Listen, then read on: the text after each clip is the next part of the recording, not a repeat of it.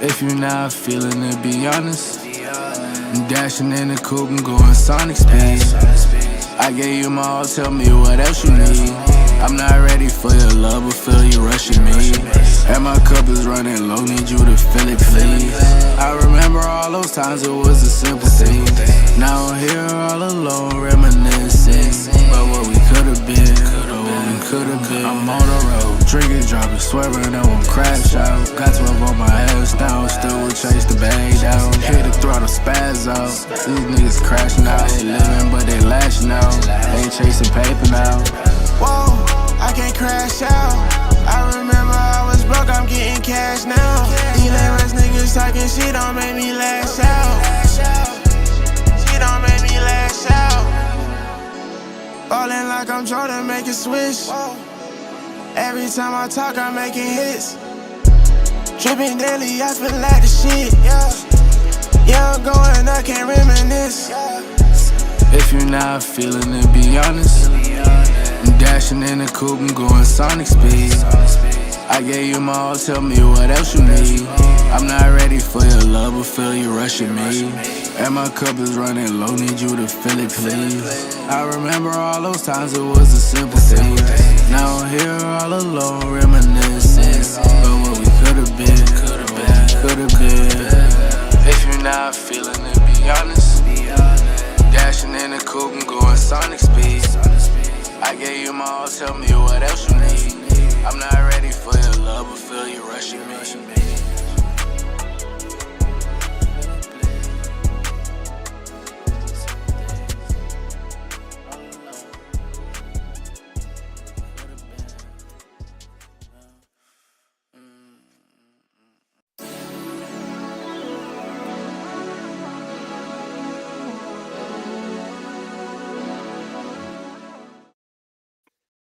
What's good? Welcome to episode 12 of the Poneglyph Podcast, where we decode the world of One Piece and anime one poneglyph at a time. I'm your host, Jay, aka Milky Way Jay, here with my brother, my co-host, Ja.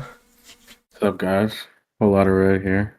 And we got a jam-packed episode once again.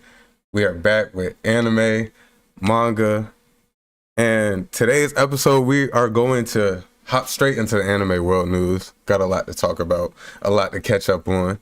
Then we're going to get into our 1147 review. That episode is titled A Stunning Conclusion, Vegapunk's Great Prediction. Excited about that. And then I got a theory for y'all. I'm going to take over the Davey Back Drafts this week, and I got a theory. I want to see what y'all think. So I got a theory I've been working on this whole weekend. I've been locked in on it, trying to perfect it, smooth it out, and we're gonna see what y'all think. And then we're gonna finish it up with our Manga Mania and review the most recent chapter of One Piece. Hey, I'm excited for that. We got a very live episode today, so make sure if y'all are here with us live, like the stream, helps us on YouTube a lot. And then if y'all are listening to us on audio platforms or catching us on the vibe, make sure y'all leave a like, 5-star review wherever y'all are at, and continue to show love. We also are on all social media platforms. We've been getting active with the short form content as well. Been trying to hit this thing from all angles. But how you feeling, Ja? Give me pause. But give me your thoughts. Give me your thoughts on today's episode. I'm lit, man. We just I didn't know what we had for anime today, so starting off with Vegapunk, that's right down the alley I want to go. So For sure. I'm cool with that. The manga, oh my god, we have a chapter this week. It messed up. It shook the whole world of One Piece, boy. Yeah, changes a lot. I'm excited. You got for this news. You said you got some news. So I'm trying to see what you got here. As long as I've heard all week about this theory, so I'm ready for that. Yeah, we got a lot to talk about. So I'm definitely excited to hear your thoughts on really a lot of what I got planned for today's episode. So without further ado, make sure y'all leave a like, and we will get straight into the anime world news segment. All right, starting out, One Punch Man Season 3 director has responded to fans' backlash, saying it's sad to see fans angry and curse. You betrayed our expectations. It was reported that earlier this week he deleted his Twitter account or X account. He's been receiving a lot of hate, and I'm not gonna lie, he did. I don't know if you remember this. This was like probably a month ago, but he like said this is not gonna be. Do not expect this to be like season 1. And I guess he was trying to soften the blow. They didn't take it easy on him. Come on now, it's 2025. You can't. Fair. You cannot walk out unscathed, no matter how much you try to warn. This is what people consider peak.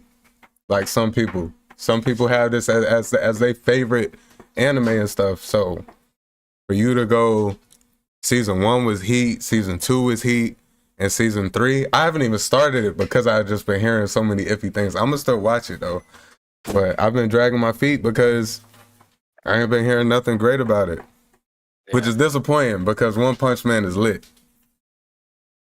You know, I pondered the other day thinking about watching it soon. I don't know. You should. I think you should. Yeah. The manga is crazy. The manga is crazy. Yeah, one of the most beautiful like drawn mangas I've seen. I'm getting a lot of it on my socials feed and stuff like that. Yeah. But yeah. Yeah, they didn't soften the blow at all. Yeah, I mean they going crazy. He I think I want to say 2 weeks after season 3 aired, he deleted his Twitter account, and you know now he's responding. Hey, I don't know. I'm gonna watch a couple episodes, maybe this week, maybe not, but I'm gonna watch some, and then next time I see y'all after I watch it, I'll give y'all my honest opinion about it. You think there's a comeback here, or? I would hope so. I would hope it lights a fire under you to like want to do better. I mean, I don't know. Hey, all right, on to the next one. The hype train isn't slowing down for Don to Don. The anime's official Twitter account just confirmed that season 3 is now in full production, signaling that fans can expect more chaos, aliens, and spirit-fueled action very soon. There's no release window yet, but the confirmation does have the fandom going crazy. I don't know if you've seen Don to Don. I've only seen season 1. I ain't seen season 2 yet. But the hype is real. I'm not gonna lie to you. I heard great things. My little sister told me a little bit about it, and when like the movie came out or something. But I haven't started yet. Yeah. I have known like nothing about it. But yeah, I'll get there for sure.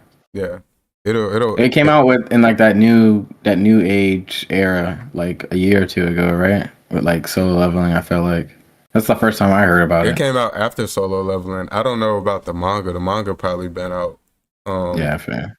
But I think season 1 dropped. It's been since I've been out here for sure. I know that because I started watching it out here when it was like, well, I was watching it week to week when it was dropping. So sometime last year, I want to say. But yeah, exciting. They haven't really slowed down at all. Like I said last year, now they already working on season 3. So yeah, they cooking. All right, JJK season 3 is rumored to have 24 episodes, ending with Gojo's unsealing from the prison realm. The next arc is rumored to lead directly into Gojo versus Sukuna, which could happen in season 4 or in a movie. Why'd you make that face? You upset that it's coming to an end? Yeah, and there's I've tried to avoid it, but you know how socials go. The ending, I've seen one of my favorite characters end up not right, not how I wanted it to go. So I hope I'm gonna act like I never seen it, and doesn't even. Well, it's not a thing in my world. Yeah, I don't know what you're talking about, and I don't want to know. But I'm gonna just say this. We seen how they was knocking people off season 2. Yeah. Oh, did we? Oh, did we? so yeah. I'm not surprised at this point. I'm not surprised. I'm like, it's like Game of Thrones to me, where anybody can get it. It's up for anybody. Yeah. That's how I look at it. Yeah. But I'm excited to see.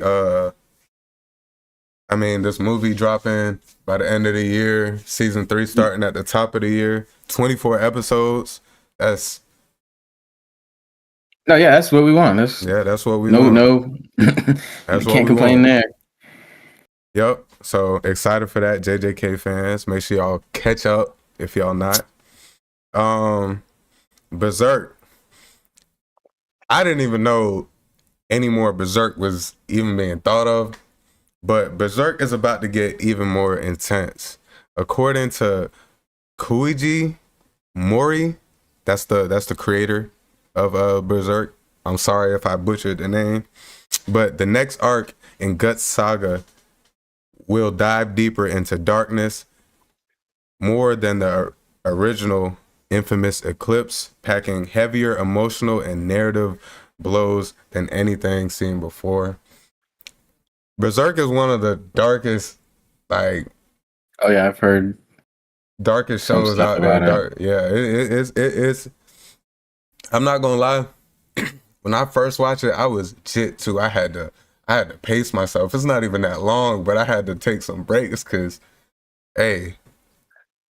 But I could probably binge through it now. I done pulled up a little bit. You feel me? But hey, Berserk is dark. I think especially with this new stuff coming out, I think it'll be interesting. I think it'll be worth tapping into. Personally, Guts and Asta share the same sword, right? Yes. That's all I know about Berserk. Yeah. Guts one of them underrated top MCs. It's just such an old show, and it's not really talked about in the new age of how shonen is and stuff now, because it is not shonen. But yeah. Hey, I'm interested to see what they come with. I gotta touch up on Berserk though, especially now that they are gonna drop some more. Chainsaw Man, the movie. I'm actually going to see that joint tomorrow, but shit. The movie has debuted with a 100% score on Rotten Tomatoes. Whoa. Hey. I'm just reporting what I seen. To put that into perspective, Demon Slayer Infinity Castle, which we know the numbers on that, it debuted with a 95%. But that's fair. I've been seeing mixed reviews across social media, but the Rotten Tomatoes is Rotten Tomatoes. You take it with a grain of salt if you want to. Yeah, it's the critics. But yeah, they apparently debuted with 100% score. You can't beat that. Can't beat 100%. That's undeniable. You can't beat it. So a lot of hype behind it, to say the least. A lot of hype. I will be seeing it tomorrow. The clip I keep seeing with the missiles going down the block, and it's I haven't seen no clips. You ain't seen the trailer? I think that's the trailer. Oh, the trailer? I reacted to the trailer on my YouTube actually. It was so long ago though. I don't remember. No, I think it's the same thing. I don't remember. Yeah, I dead ass don't remember. That's crazy. It's like a missile coming down the block, hit a car, and someone said something. Burn or something, or some shit. I don't know. I don't remember. I don't know. But sad news. While we're here, no, I'm gonna wait till the end. Go off topic a little bit. It's off topic? It's off topic. We'll go. You sure? You can throw it in there. I'm gonna throw it just at the end of this section. All right, bet. All right, so I got some sad news, especially for us. One Piece. I see it. Toei Animation will intensify the use of AI in its production, such as storyboarding, animation, color correction, generating backgrounds from photos, and more. Man, I'm really getting sick of this AI like taking over everything, man. This kind of aligns with some stuff I seen on social media about the episode today. We'll talk about it when we get there, though. But okay, it's kind of your thoughts on that? Toei using more AI. I get it. Like coloring, that's cool to me. But like generating backgrounds and photos and storyboarding is kind of like I don't know. Yeah, I mean, like, color correction is cool. Everything else, I feel like needs the work put in by yeah. That's like I don't know. They need like what's like the budget? Come on, animators. You hire a guy to just focus on stuff like that. Like, how hard is his job? He has a team of guys helping him out. He's getting paid. Like, it's not the animation of the characters that we're watching, you know? I feel like they got the money and they're pocketing it more than they are putting it back into the show in the right places they need. Because, you know, AI is supposed to be, you know, help. It's supposed to, in a way, help and take some of the burden off of manual labor. I get that. And I'm cool and that is okay with the color. The color, like, correction, that's fine to me. I get it. Like, it like, seeing AI do, like, make pictures and stuff like that, and I get it. But it's not perfect, though.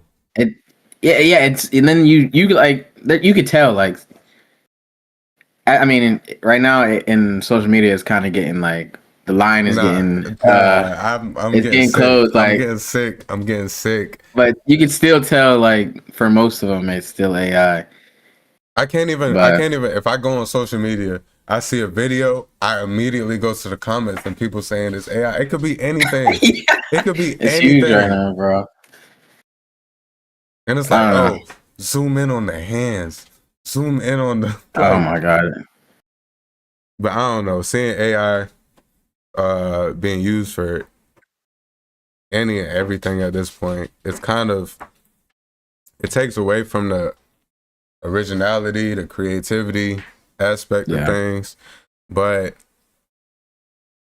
ain't nothing we could do about it. We just got to sit back and see what they do and see how things turn out. They need a new GM. You said need a new GM? Yeah. Front office. I don't know. There's meeting needs to happen. I'm not. Hey, well, you know, as One Piece fans, that definitely affects us the most. And hey, maybe we've probably seen hints of it. We've pointed out even on the pod, like, okay, that looks off and stuff like that. So I hope we don't. If they're using it, I hope we don't see it to that extent to where like pointing it out. But we'll see. Yeah. All right. A new anime.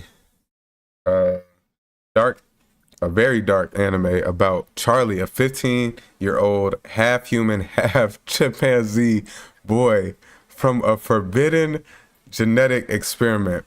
Created in a lab by a radical group, his existence challenges the line between man and animal. When he enters a U.S. high school, the world around him erupts in fear, obsession, and conflict as he becomes the target of an animal rights extremist group. I just seen that and I was like, hey, that really caught my attention. They put a lot of things out there to really keep my interest on what the hell is going on in this show. I think I don't have in my notes when it was rumored to drop. I want to say January, but I don't even know the name of it. But I'm I'm interested. I want to see what it's about because that sounds crazy. And it's like, how did this make it through off the like ideas list? Like, yeah, this the one. Yeah. Half human, half chimp. World going crazy. Into high school. High school. Sending them into high school. Animal rights extremist group. Like, what is going on? What is going on in the show? I need to know. It's got to be like, I feel like it's like a wide. He's not the only one. It has to be. They started experimenting and gone bad. Animal rights extremists. Yo. Yeah. Yeah. I just seen it. It caught my eye and I was like, I'm going to just throw this in the notes because, hey, and maybe out there in the comments, if y'all know a little bit more about this, if y'all maybe tapped into the manga, I don't know. Let us know what we getting into because I may check it out. I'm not going to lie. All right. I love the use of like forbiddenness across like anime. They just something about something being forbidden is just all the awe. It makes it all. It's like a huge lore behind. Yeah, it's like boom, fucking scrolls of lore. Yeah. All right. This is sad news, especially to me. I'm not caught up in the manga, but there is news that the weekly quality of Kagurabachi manga is reportedly dropping because the artist Takeru Hokazona is managing too many other projects at once. We talked last episode, is that the method? But when you're doing too many at once, this isn't the same dude, but when you're doing too many at once, you're dropping quality. And Kagurabachi is one of them ones. I said it a few episodes, actually very early on, within the first like 3 episodes, I want to say, I talked about Kagurabachi. And it's one of them ones where I feel like it can be, once it's animated and stuff, it's going to be one of the most talked about, in the next year or two of the new gen. And the anime the manga is just so fire. And I hope they're able to pick things back up with the quality, because I've been seeing that there have been complaints and news that it's been dropping, and I just hate that for one that has so much hype around it, especially while it's still in the manga only phase. You said maybe it's tough because it's tough because like it's the artist, it's not like the writer. Yeah. Or is the writer the artist? I mean, some mangas have that, some mangas don't, so I'm not sure. Like, we know Oda does everything himself, but yeah, I'm not 100% sure on Takeru. I believe that's how you say his name, Takeru. Mm-hmm. I'm not sure how he does it, but I believe it's just the art. No, I think he's just yeah. Dang. But hopefully, I wonder what else he animates. Yeah, I don't even know. I don't know. Sure. But Charles. Hopefully, things do pick up in that aspect of quality, and we start to see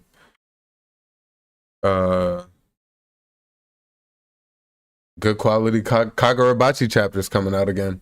Would it be crazy if the animation style changed? Or not the animation, the writing style or the drawing style? What do you mean? Would it be crazy? Like completely changes? Not completely. Like the next artist comes in and he tries to do his best to resemble it.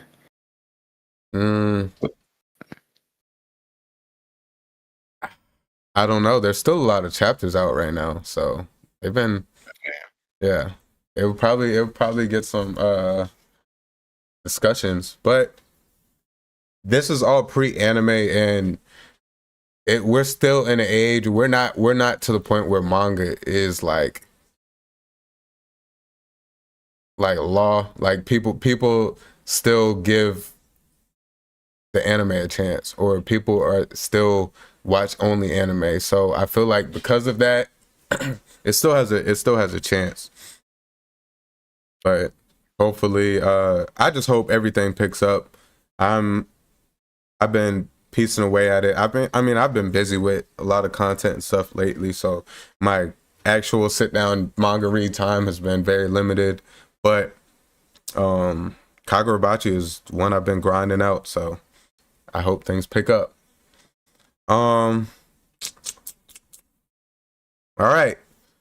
And our last topic of the anime world news segment for us One Piece fans, because we're about to roll into some more One Piece talk, so might as well hype up our favorite show. But while Demon Slayer, My Hero, and JJK have all wrapped up their manga stories, One Piece keeps sailing strong. Oda's legendary series, which began back in 1997, is still going with its final saga, and somehow it's only getting bigger. And I put somehow, but we all know why it's getting bigger. I mean, this is what he's writing right now. It's chef's kiss. And with the anime going so crazy right now, One Piece is just on top. So yeah, not really a surprise, but it just goes to show, standing the test of time for real. Yeah, we love it. Love it. Snow would have loved to hear that. But yeah, that wraps up everything I have for the anime world news segment. Do you have any final thoughts or comments? I just wanted to talk about where I'm at in Black Clover real quick. Oh yeah. I'm excited. We haven't talked about this in a little bit. I'm at like around 150 or something. I think it was a time skip just happened. Unexpectedly. I didn't feel when I was watching, I didn't feel like they were about to skip time, and then I get back and they're talking about 6 months and Asta looks like 2/3 of Yami's size. I was like, what the heck? And now he's surfing around and stuff. That was like, whoa. Yeah. They about to get right. I just that caught me by surprise the other day. I was like so thrown off. What else? Captain Meliodas. I'm getting through that too. Then I can start Bleach. But yeah, that's all I really got to talk. That's all I just wanted to talk about, really. Yeah, man. Keep grinding that through. Black Clover's a great one. I'm excited to continue to hear your thoughts on that. Yeah. All right. Let's roll into our episode 1147 review. A stunning conclusion. Vegapunk's great prediction. So, hint, we should be getting the beginning of the broadcast. Let's get into the summary. Oh, look at that. Vegapunk's broadcast resumes as people in various locations all over the world listen closely. St. Mars rushes to find the transponder snail that is in the source of the broadcast, while the Straw Hats and their allies clash with the other members of the Five Gorosei. Yeah. Yeah, excited. Last week was a little bit underwhelming. I'm really hoping that we get a much better episode. But without getting this far, thank you. Podcast listeners. Yes. Apple Podcasts. YouTube Music. If you're live or if you're watching the VOD, I appreciate you making it this far. Please leave a like, a comment, interact with us as much as possible. We love it. 5-star rating would be very appreciated. Huge. Without further ado, let's do it. All of the love, it really just helps us get on algorithms, on front pages, and really helps us grow. We've been seeing a lot of positive traction with the pod lately. So we appreciate all the support. Yeah. All right, 11:47. You can hear everything good? You can see everything good? All right, bet. And if y'all are on audio platforms, as a reminder, y'all can come catch the VOD or come catch us live every Sunday, 6 p.m. Eastern. We do a visual reaction, so we have the episode on screen. And unfortunately, y'all will have no audio of the episode. But we will do our best to keep commentary high. We've been doing pretty good at that the past few. Facts. Look at Nami.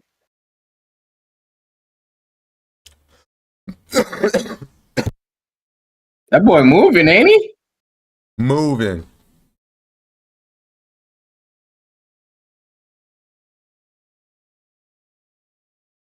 Mm.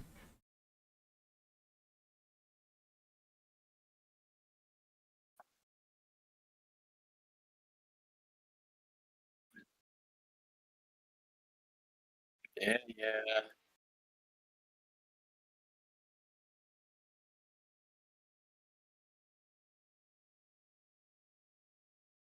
He thought he stopped it.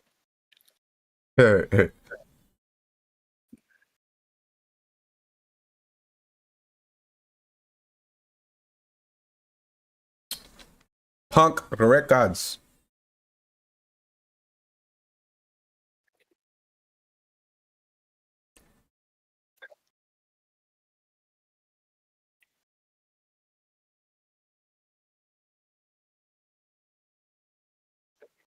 All right, so the broadcast is about to begin, finally. Longest 10 minutes ever. Man. Like 3 full episodes, 10 minutes.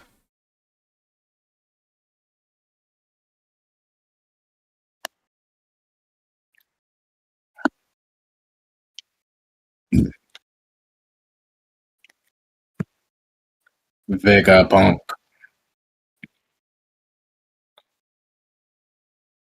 Oh, it still got hair on it.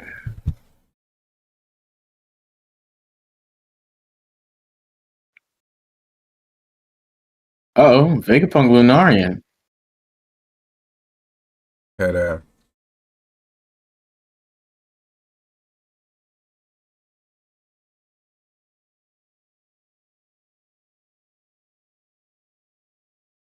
Crazy fruit. no cap. I wonder if we'll ever see someone else with it in the future.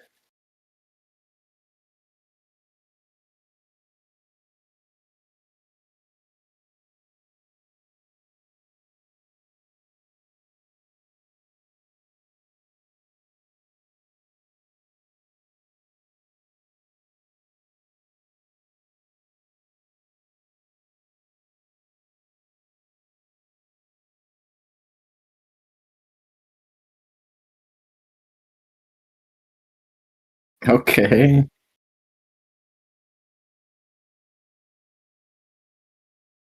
Oh, this is what I saw. I was like confused. Wait, is this what I was?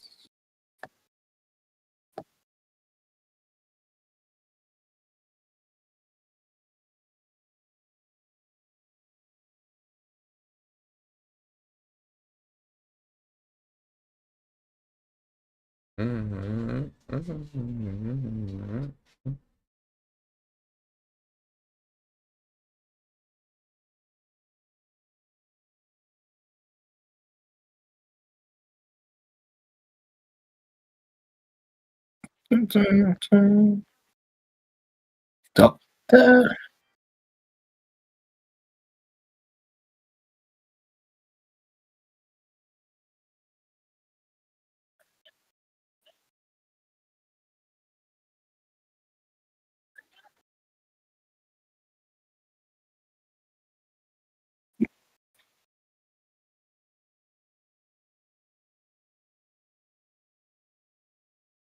Oh, my bad.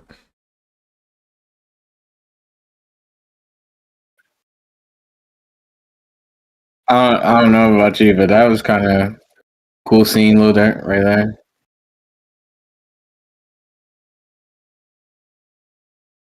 Definitely. La Boon. Hey, hey.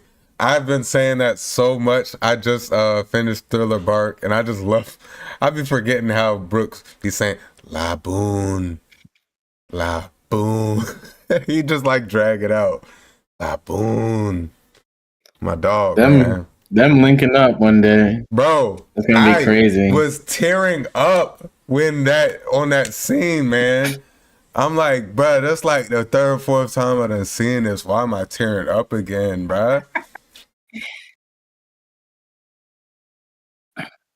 When Luffy revealed that they knew Laboon and he's playing Bink Sake and it's like slowing down, bro.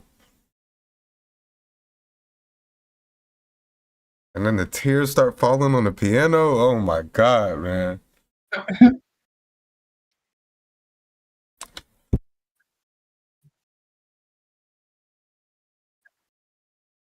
That's dope. Chopper.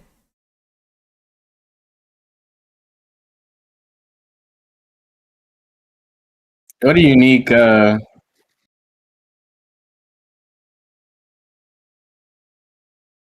place to build his strength up for the time skip. Blood.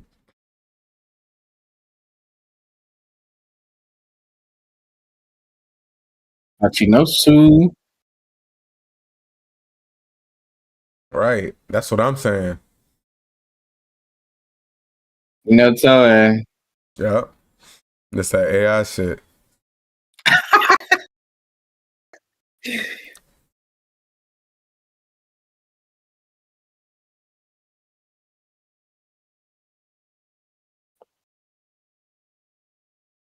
that is ooh.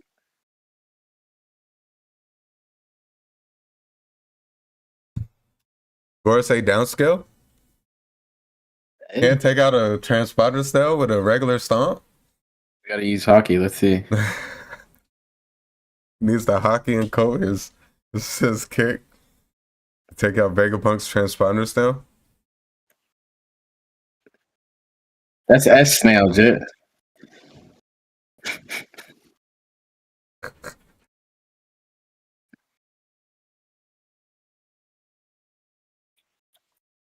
Ah, shit.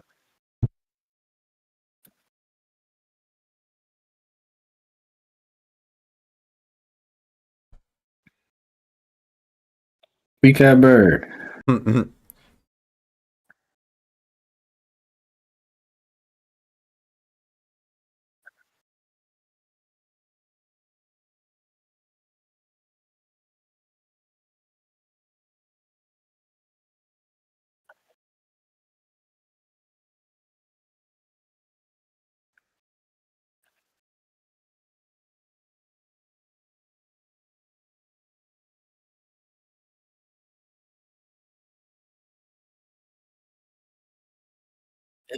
Oh shit. Agala.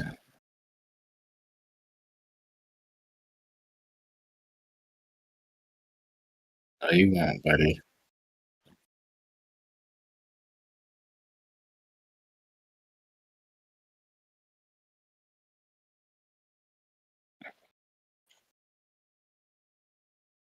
Oh my lord, bro.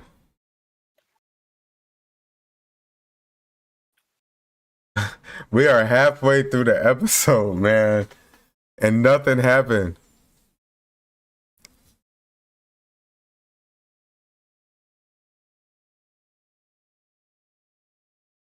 Like, give up, bro. He's not blocking no message.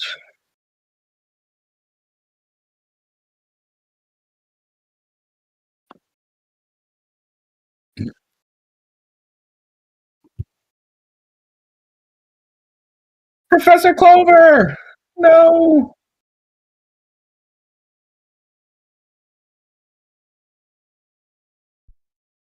Big up, punk.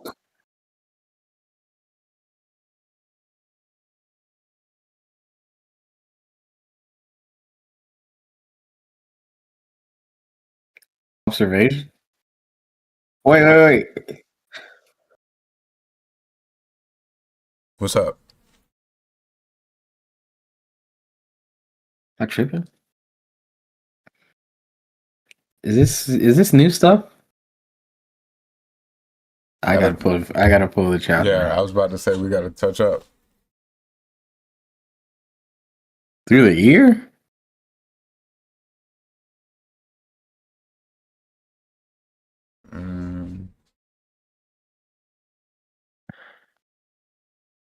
Oh, this baloney. Wait, it's not one. 15. Yeah, it's not that one. I seen the 13. Nah, it's gotta be 14. Nope.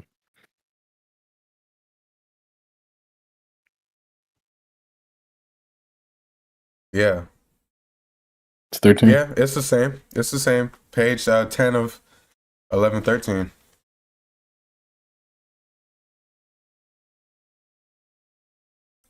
I mean, we can't tell that it's through the ear. Page what, 10? Actually, yeah. Dun. I don't know if that's the footsteps. I want to say that is the footsteps. But yeah, he just says he can hear it.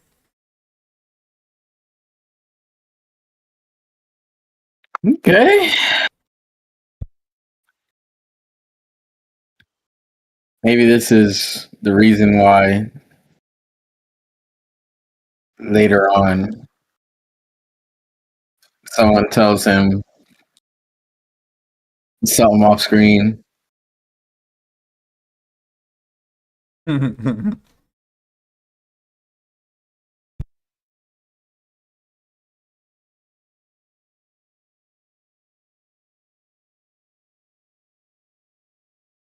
The power of love?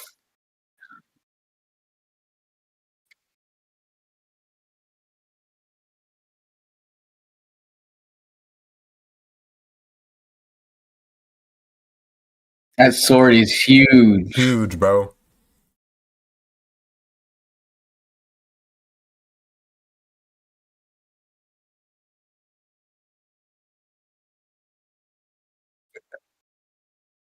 They could have gave us a little more for that. Yeah.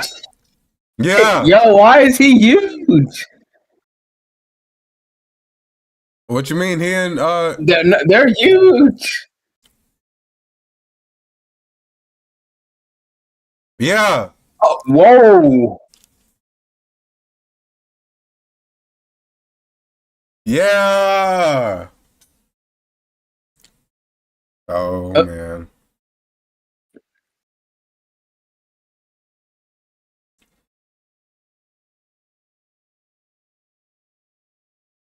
I might like if that happened to me and I was Sanji, I might piss my pants right there. If that transformed right in front of me, I don't know. I don't know. That would scare the shit out of me.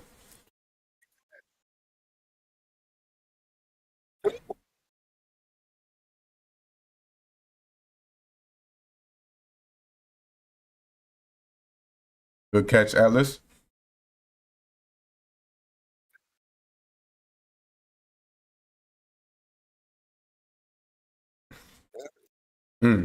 Agala. Dancing on y'all. Yo, the Gorosei are huge.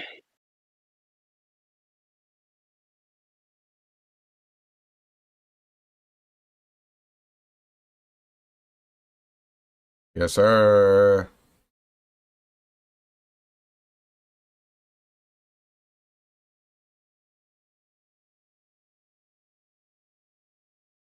Yes, sir. Ride that pony, boy. Pause. Ah.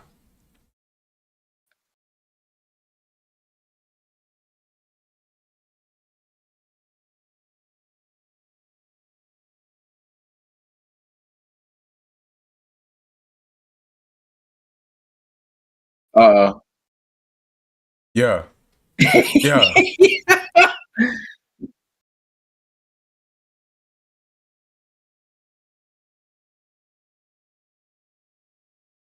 Yo.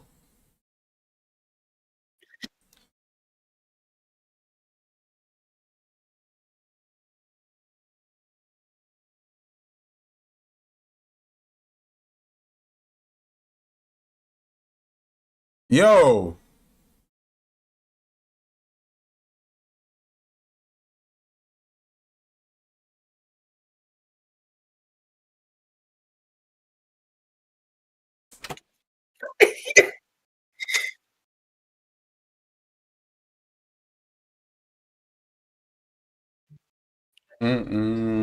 He's broken, bro. He is broken, bro. What the hell? Watashi wa.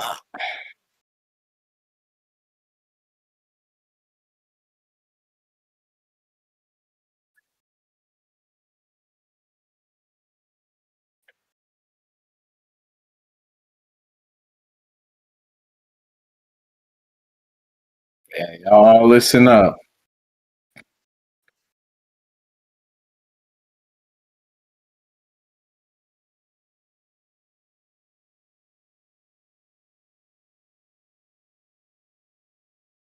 Dang, I forgot about him. Yeah, I forgot about him. Dang. Look at Judge. Oi, oi, oi.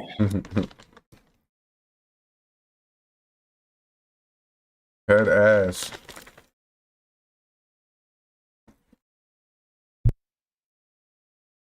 Support this, Morgan.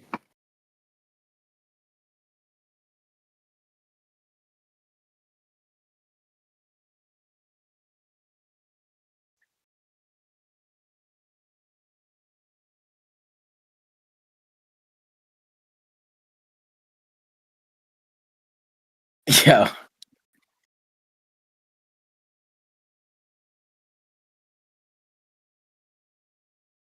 This man said, I don't know enough about him to do that.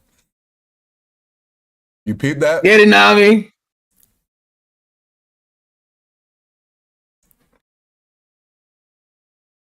Please take Robin somewhere safe.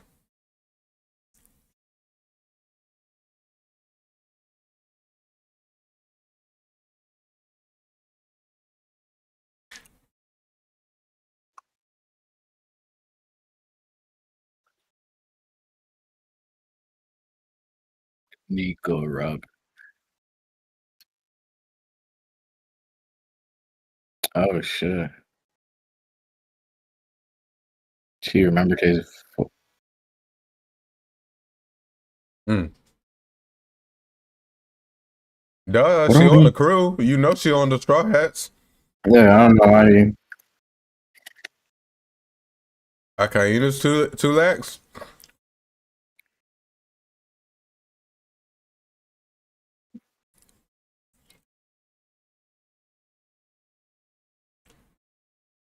Uh-oh.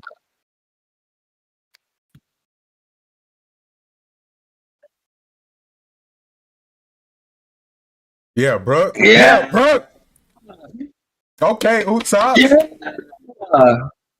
My dog, Top. They going crazy. Yeah. Hey. Hey. Upscales. Fuck when I said the Straw Hats not like that. Straight upscales. 4 upscales back to back to back just then. And no bottom tier. Yeah. That's bottom tier. They talk so bad about them boys. Like, come on now. He got a poison. Brook was gonna start it off though. You know Brook. You know Brook about that action. He said, man, that was lit. He said, man, I look Big Mom in the eyes. You think I'm scared of you? Yo. Nah. I needed that. Come on now. You know he got poison. You know he got poison arms. Chopper still guard pointed his ass and took it right to the chest. Ain't that Come shit. on now.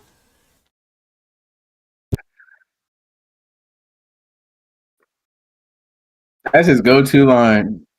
Insects. Insects straight And to you bug. the biggest of them all. Spider leg ass.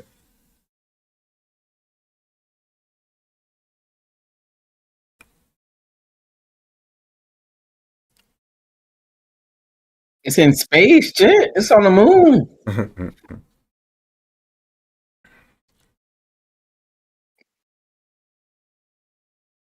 You think Vegapunk could have went to space? Yeah. For sure. And Nell did it. Yeah. Nell's an idiot.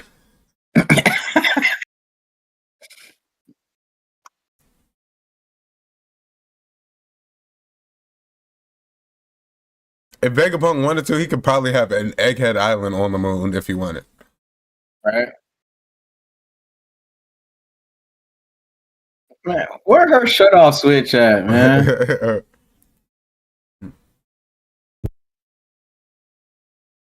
They did a great job.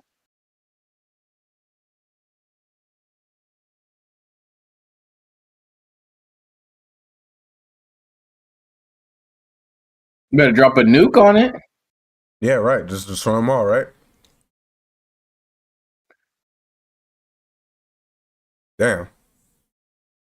And the Navy have no clue that that's who they're deciding to work with and partner with. Hey, The people who could give that correlates to yeah. Yeah. We ain't got to speak on all that though. This ain't what we're here for.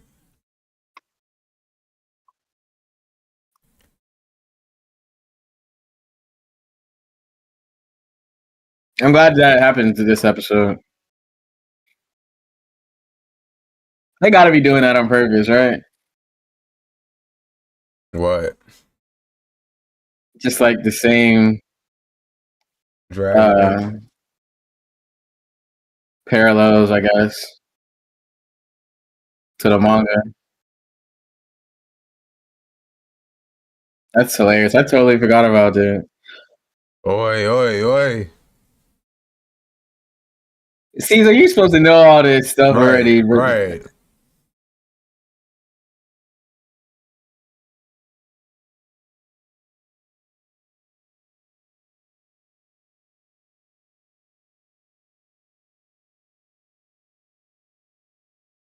Uh-oh. Get the theories gone. Why they paying down there? Uh-oh. All right, so that was episode 1147. A stunning conclusion. Vegapunk's great prediction. Vegapunk's broadcast resumes as people in various locations all over the world listen closely. St. Mars rushes to find the transponder snail that is the source of the broadcast, while the Straw Hats and their allies clash with the other members of the 5 elders. Man, what'd you think, man? All right, start off. I'm gonna rate it. I'll give it Admiral. It wasn't, what teed me up from it being a warlord. What teed me up, or possibly even a vice admiral. Straw Hats. When Straw Hats got right, then I needed to see that. It's been a minute, Them boys, and that's the weaker side of the crew. Mm-hmm. Them boys, we're on the same page about that. Them boys teed me up today, and I needed to see that. That made the episode for me. Yeah. These elders, damn, they just won't give up on this. Hey. Trying to stop the message. I'd rather them shoot me the message and show me that later while they were trying to find the snails or stuff. But overall, it was a good episode. They dragged ass in the beginning, undoubtedly. I feel like they dragged us the whole way, but I still feel like overall it was a good episode in my opinion. But it's just like you just want to see more. We still have nothing no idea of what he's gonna tell us at this point in time. So yeah. Yeah, I'm glad they showed that how the elders treat the Marines in this episode. I feel like that. I feel like they've been doing that on purpose. Themes, aligning like certain themes to the manga in certain days. I don't know. Yeah. Maybe it just might be what do you call that? Not luck, but coincidence. But I don't know. Yeah.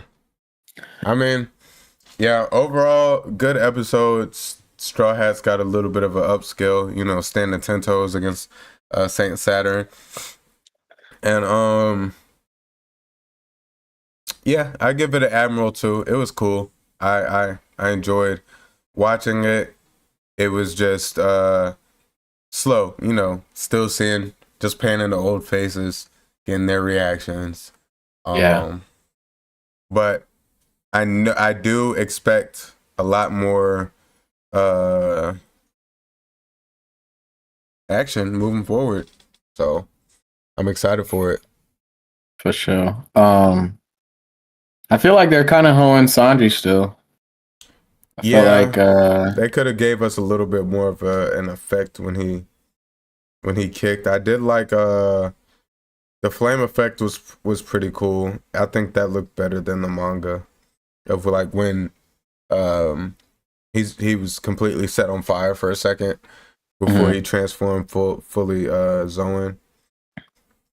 I did like that aspect of it, but I wish the initial block gave a bit of a more of an impact effect to let us know like the strength of them colliding. It was just kind of like they just that's where they would have did Zoro crazy hockey,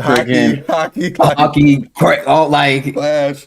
The sky would have split if that was Zoro. The swing of the sword would have been insane. Yeah. I do want to mention I'm pretty confident saying this. From what we've seen, the Horseman, I forgot his name already. Juro, something. News Juro. Yeah. He's the fastest Gorosei, and Sanji simply just speed blitzed his ass just then. Yeah. Like it was 9. Yeah. It's funny because they still always Sanji has to be motivated by a female to like tap into that, and I hate that. Where in reality he's like that, but they always give him an underlining. Oh, he's doing it to protect Nami, Robin, a female. Whereas in reality, whether he's protecting them or not, I feel like he can pull off these feats. The power of love, man. Yeah.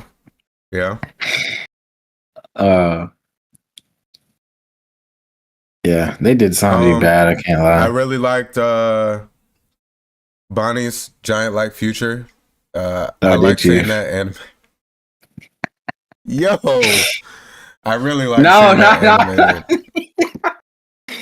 anime. Yeah, I'm not gonna lie. I'm not. I gotta reread all of Egghead again. I'm like through the anime. I'm reliving it, so I forgot a little bit of stuff. The little, the in betweens. I kind of like reliving it through the anime though. No, yeah, it's like us anime first. Yeah, it is. I do like it that way. I like keeping it as fresh as possible. I like reading the manga, but 1-2 reads is good with me. I don't like to overanalyze because when the anime comes, I do like to have like a fresh. Oh yeah, this happened. Oh, it happened like this. This is how they portrayed it. Okay, cool. I can't. Yeah, News Juro. That was. I like that sword scene they did. Yeah. Right before Sanji got there. Mm-hmm. But I wish they really animated him more. Oh, the size. I don't know why I'm having such a hard time with the sizes. Everybody late One Piece. but dang, they're huge. Yeah, They're huge. But as normal humans, they're like normal human size, right? Yeah, I mean, maybe they're tall or something. Just like maybe they're like Brook size or something. But yeah, they're huge. That horse is huge. It's not really that much of a shock to me, I guess, because of Saturn's initial appearance and how he just was Makes already, sense. Towering over everybody, and then seeing Mars fly over when he's looking down at Lucci, that kind of gave me another so I feel like we've been seeing it. I just think this was his showing with the human size people. It's like his head was at the same size as Sanji. That was insane. It took two giants to like subdue him. Restrain him. Yeah. Overall cool episode though. No, yeah. Man, the Straw Hats teach out. That was lit. That was so lit. I really like that. 'Cause I'm even looking. We don't see none of that at all.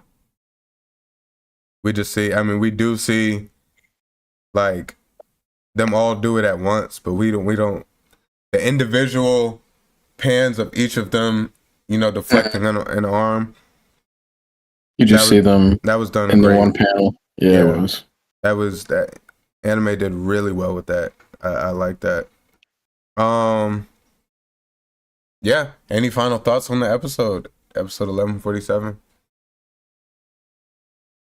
No, that's it for me. Zeus turned into a freaking canniboo. That's crazy. That was cool. I really like that. Yeah. They did well with that. Yeah. Overall, cool episode. Nothing crazy, but it did the chapter solid justice. Fact. I'm gonna say this every week. I just feel like they could put two chapters in one, but they're sticking to the one chapter and episode thing. So I think how did we talk about it last time? If they gave it to us like that, you'd be okay with going every other week? I'd be cool with it. Yeah, me too. I'd be cool with it. Especially at first I was like, I don't know, especially because of the pod, But now I feel like we good to where we don't need it every week. Yeah, we could fill the gaps for sure. But overall, cool episode. Was a good chapter, so definitely did it justice. And now let's move into our next segment, Davey Back Drafts. If y'all are here live with us, make sure y'all leave a like on the stream. If y'all are catching us later on the VOD at any point in time, leave a like as well, subscribe, comment, all that good stuff. And if you are catching us on a podcast platform, whether that be Apple, whether that be Spotify, Amazon, YouTube Music, the various podcast websites that we're on, make sure y'all leave us a 5-star rating with a very positive review. That'll help us get on some of these front pages for like-minded people who like this type of content. But let's roll into our Davey Back Drafts. And I'm very excited for this one because this is my first official, Davey Back Draft and being in full control of this one. And I have a theory about Brook. So I was having trouble coming up with an actual name for this, but I came up with the soul behind the song, Brook's Hidden Past. And if this theory has any sort of truth to it, I think it could be one of the ones that break the internet when it's revealed in the manga. Okay. So, all right, let's get into it. Hey, I was just watching Thriller. I just finished Thriller Bark. Man, Don't get me started. Don't get me started. Big Sake might be my favorite song right now. Get it, kid. All right. So let's get into it. Today, I want to explore a theory that doesn't just change how we see Brook, it changes how we see the entire story. What if Brook's real role is far bigger than the musician on the ship? And what if the recent flash moment in chapter 1149 with Gunko is the trigger that sets it all into motion? All right, let's get into Brook's unusual legacy. Brook is already uniquely tied to life and death. His devil fruit, the Yomi Yomi no Mi, let him return from death. He has been a musician with an almost spiritual quality.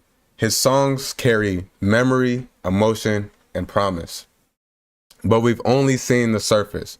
What if his soul, his music, his past carry hidden legacy? We also have the Will of D, the Ancient Kingdom, the Flow of Souls, elements that Brook's power can metaphorically tie into. And here's how Gunko ties into everything. In chapter 1149, titled 1 Second, we get a pivotal moment. Gunko, in the middle of a battle, is hit with a memory stir, and we see a flashback of Brook holding the hand of a little girl saying, "My dream is to be a pirate." Brook himself on that page notes Gunko looks like someone from his past. Gunko's identity becomes ambiguous. Is she Brook's daughter, biological or adoptive? Or is she a lost connection from his past life?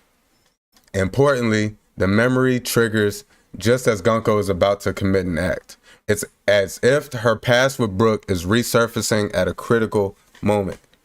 This moment is massive because it directly links Brook's hidden past with a major character, and with current high-stake events being the war at Elbaf with the celestial government and all that being there. What it implies, Brook's past wasn't just pirate musician. He may have been involved in something royal, something ancestral, something tied to the flow of history. And here's how I feel like it can potentially break the internet with this huge reveal. What if Brook's soul isn't purely his anymore? That little girl from his past, Gunko, is Gunko, or she becomes her. And Brook's past mission was to protect or carry the legacy of her family, perhaps from the Ancient Kingdom or something tied to the Void Century. He was more than a musician. He was a guardian of the song of history. Gunko is not just an antagonist or a pesky holy knight. She is the missing link to Brook's origin and the Ancient Kingdom's will. That memory in chapter 1149 is the first crack showing their bond. When it fully breaks, the reveal might be Gunko is Brook's daughter or his charge, and Brook's song is more than melody, it's prophecy. When that drops, the Straw Hat's mission, which is finding the One Piece, understanding the Will of D, gets tied into Brook's personal story. Brook's music becomes the key to unlocking how souls pass, how history is preserved, how the Ancient Kingdom may have tried to protect this legacy. Gunko's role flips. She's no longer just a villain, but a linchpin in Brook's hidden mission, and thus the story's endgame. Imagine the chapter when Brook finally confronts Gunko, when she remembers everything and says, "You're the one who promised me the song. You're the one who said protect me." And suddenly the Straw Hats realize Brook's journey was never just for Laboon, never just for the crew. It was to safeguard the soul song of the Ancient Kingdom. So keep your eyes on Brook moving forward. That fleeting moment in chapter 1149 with Gunko is not a throwaway, I promise. It's the seed to the next big bomb. Brook might not just be the musician of the crew, he might be the soul of the entire story. When Oda finally unveils Gunko's origin, Brook's secret past, and the soul song of history, that's when the internet will explode.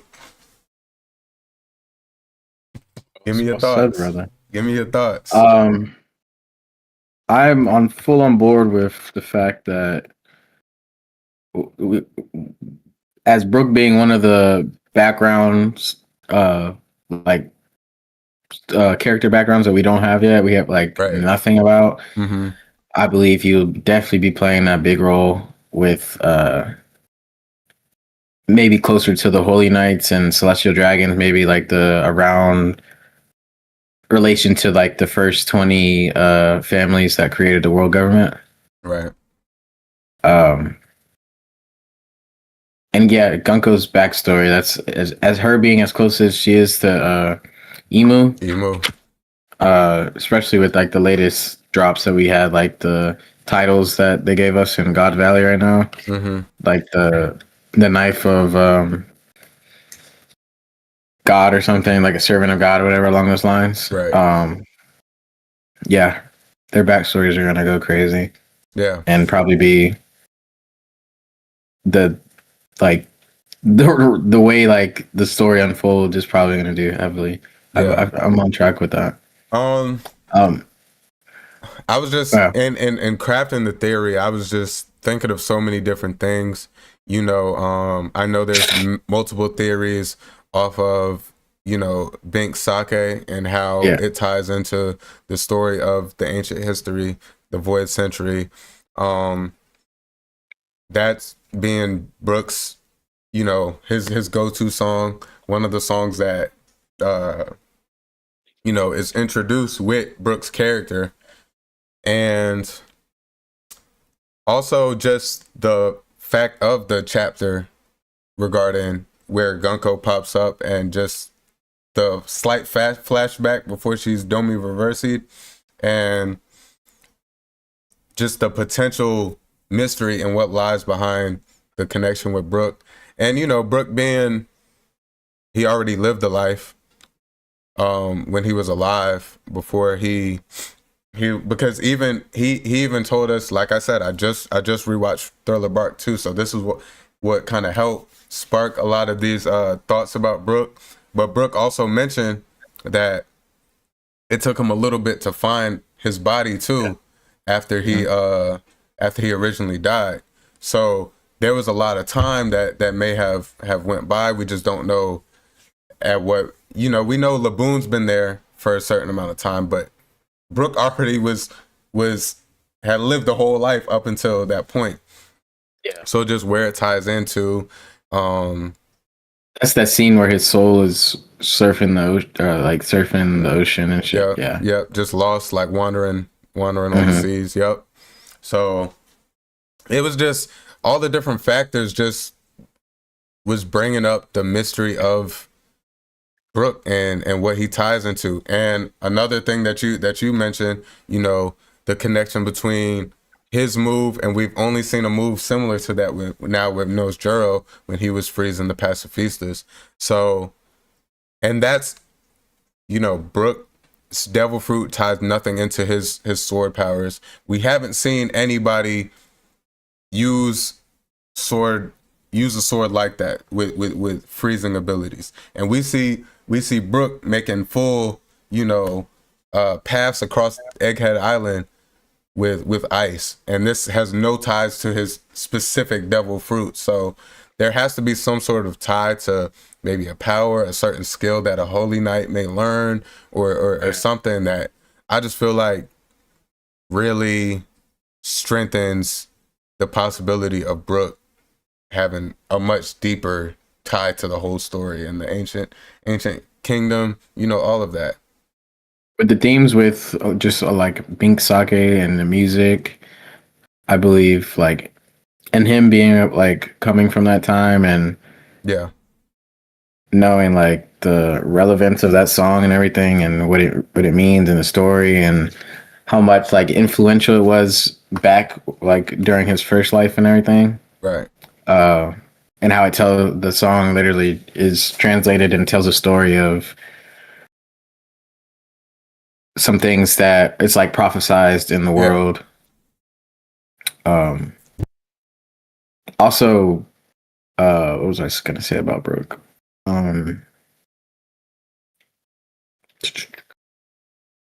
I forgot, but that's really what I mostly had to say about it.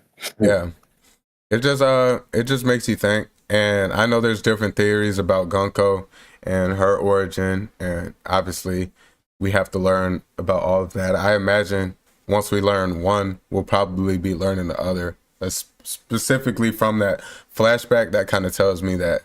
But nonetheless, yeah, that's my Brook theory. I definitely feel like there's more to his character. I've always felt like that, just because what we learned about his life, even when we learned his backstory, was just such a small moment in time. It doesn't tell his origin. It doesn't tell where he came from. It just kind of tells how he was lost at sea, at this point alone. It kind of told the story of how he got to that point where we met him and he joined the crew. But it didn't tell his life. We don't know his backstory. We don't know his origins. Also, I want to throw in, I remembered, the fact, like, he mentions, like, he's dealt with, like, the underworldly stuff, and just, like, the themes that are going along with the Gorosei and Emu, they kind of align there, too, as well. Domi Reversi type thing, underworldish, devilish type things. He's literally the Soul King. Yep. So,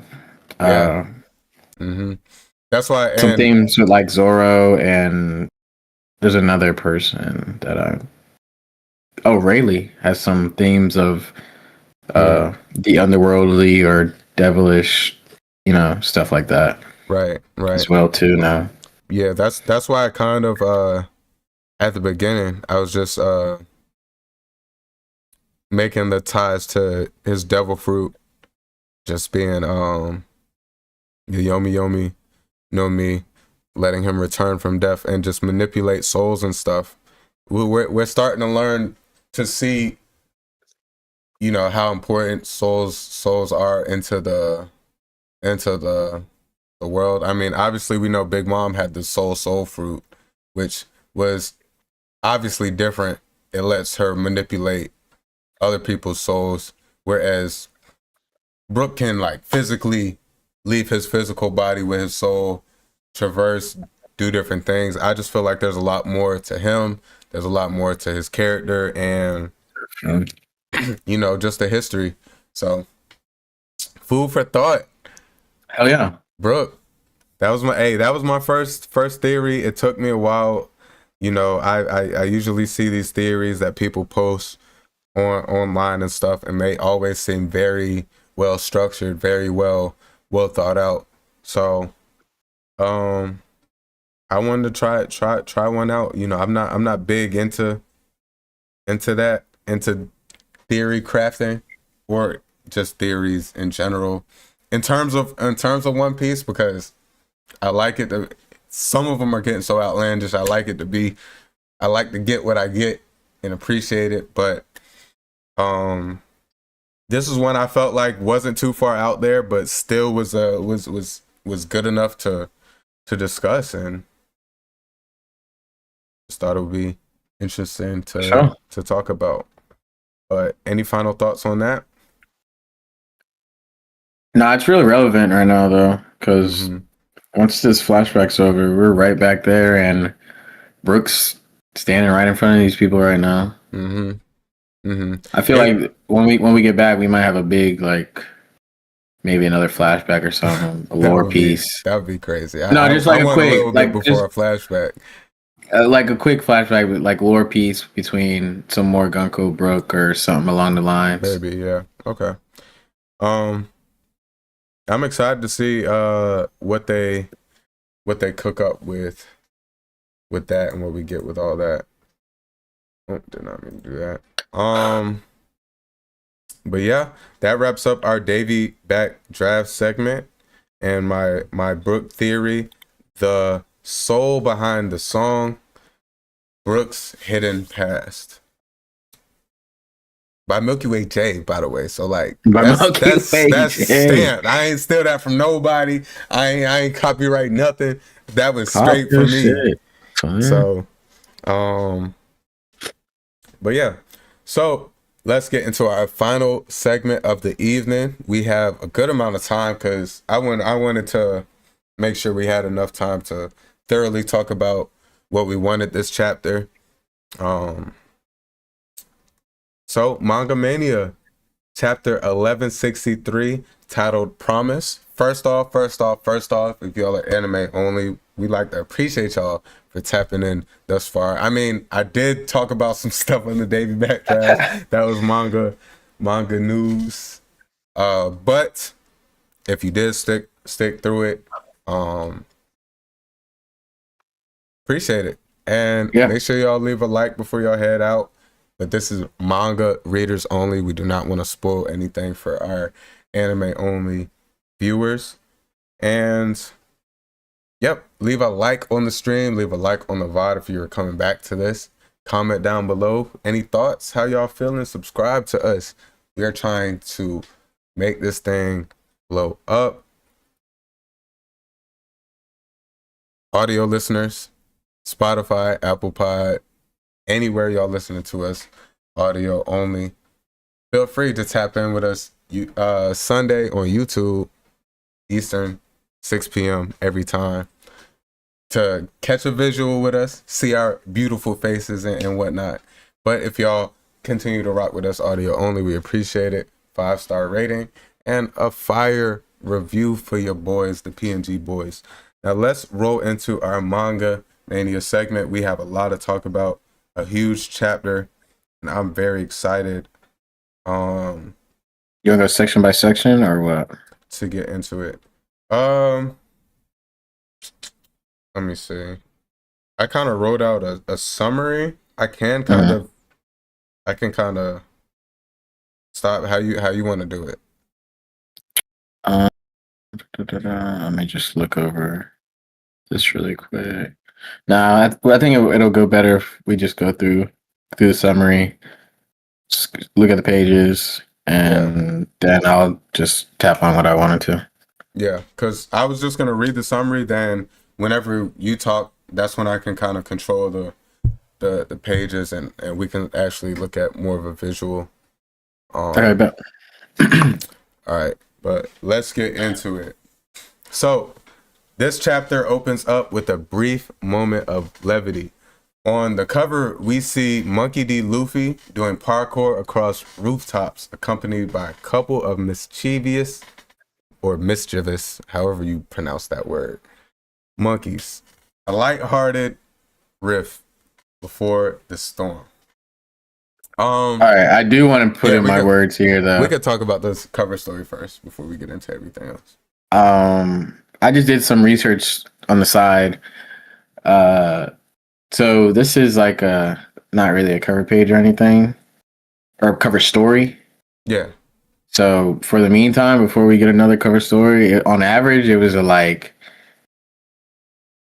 want to say like high 20s to 30 chapters before another cover story comes on. Oh, wow. Yeah, so we might be high and dry for a minute on that part. They're going to be showing us stuff like this. Sanji on the monkey bars and Zoro on a surfboard or something. I mean, this John even say reader request. So like he just kind of. Oh yeah, that's what it's called, reader requests. Yeah. Yep. So, Monkey D. Luffy doing parkour with some monkeys. Hey, you get what you get, right? You get what you get. All right. So we plunge into the heart of the legendary God Valley incident. Across the battlefield, the supreme figure Emu, he's currently occupying the body of Saint Saturn, unleashes a sweeping assault. No pirate, no marine is safe from his indiscriminate power. Into this chaos steps Rox D. Zebek. He confronts Emu, calling him out. Hey, King of Rats over there. You're here to kill me, aren't you? Emu responds by calling Rox Davy Jones, drawing a chill from the exchange. Rox denies that title outright. That's the wrong person, he counters. Yet the tension is clear. He invokes a promise. Something ancient, something that he must keep. You want to talk about that, or you want me to keep pushing? No, we'll keep pushing. All right. As the duel looms, the battlefield shifts into something unprecedented. The legends join together. The commanders among the pirates and marines alike, Gold D. Roger and Monkey D. Garp, unite to face Imu. Simultaneously, Rocks, alongside Whitebeard, Kaido, and Big Mom, strike in tandem. The raw scans hint at a monumental double-page spread. 6 titans attacking one supreme figure. Despite the full might of this offensive, Imu emerges unscathed, a moment that redefines the scale of his power. And then the chapter pulls the rug out. Imu unleashes a devastating ability, as we all know as Domi Reversi. He uses it against Rocks, turning the tide in a way that threatens not only a battle, but a legacy. Imu orders the execution of Rock's family, the promise, the betrayal, the struggle. It all converges here. In a closing irony, we see Garp's role under a new light. A man of the Marines who appears to rebel, who fights for justice, yet afterwards returns to the system he challenged. The chapter deepens the mystery. What did Garp witness at God Valley that changed everything? Man, that was a great chapter. That was a great chapter. Everything. We had a lot of questions answered on Garp, Rocks, Imu. We had a lot of questions answered. We saw a lot of things. Give me your initial thoughts. Then we'll get into some of the breakdown of each section. They covered a lot. Initial thoughts of the whole chapter. They covered a lot. Yeah. A lot of things I did not expect to. The story keeps changing right before us. Like I could be thinking, predict one thing's gonna happen next, and then Oda takes another angle. For sure. A great scale of power by Imu this whole chapter.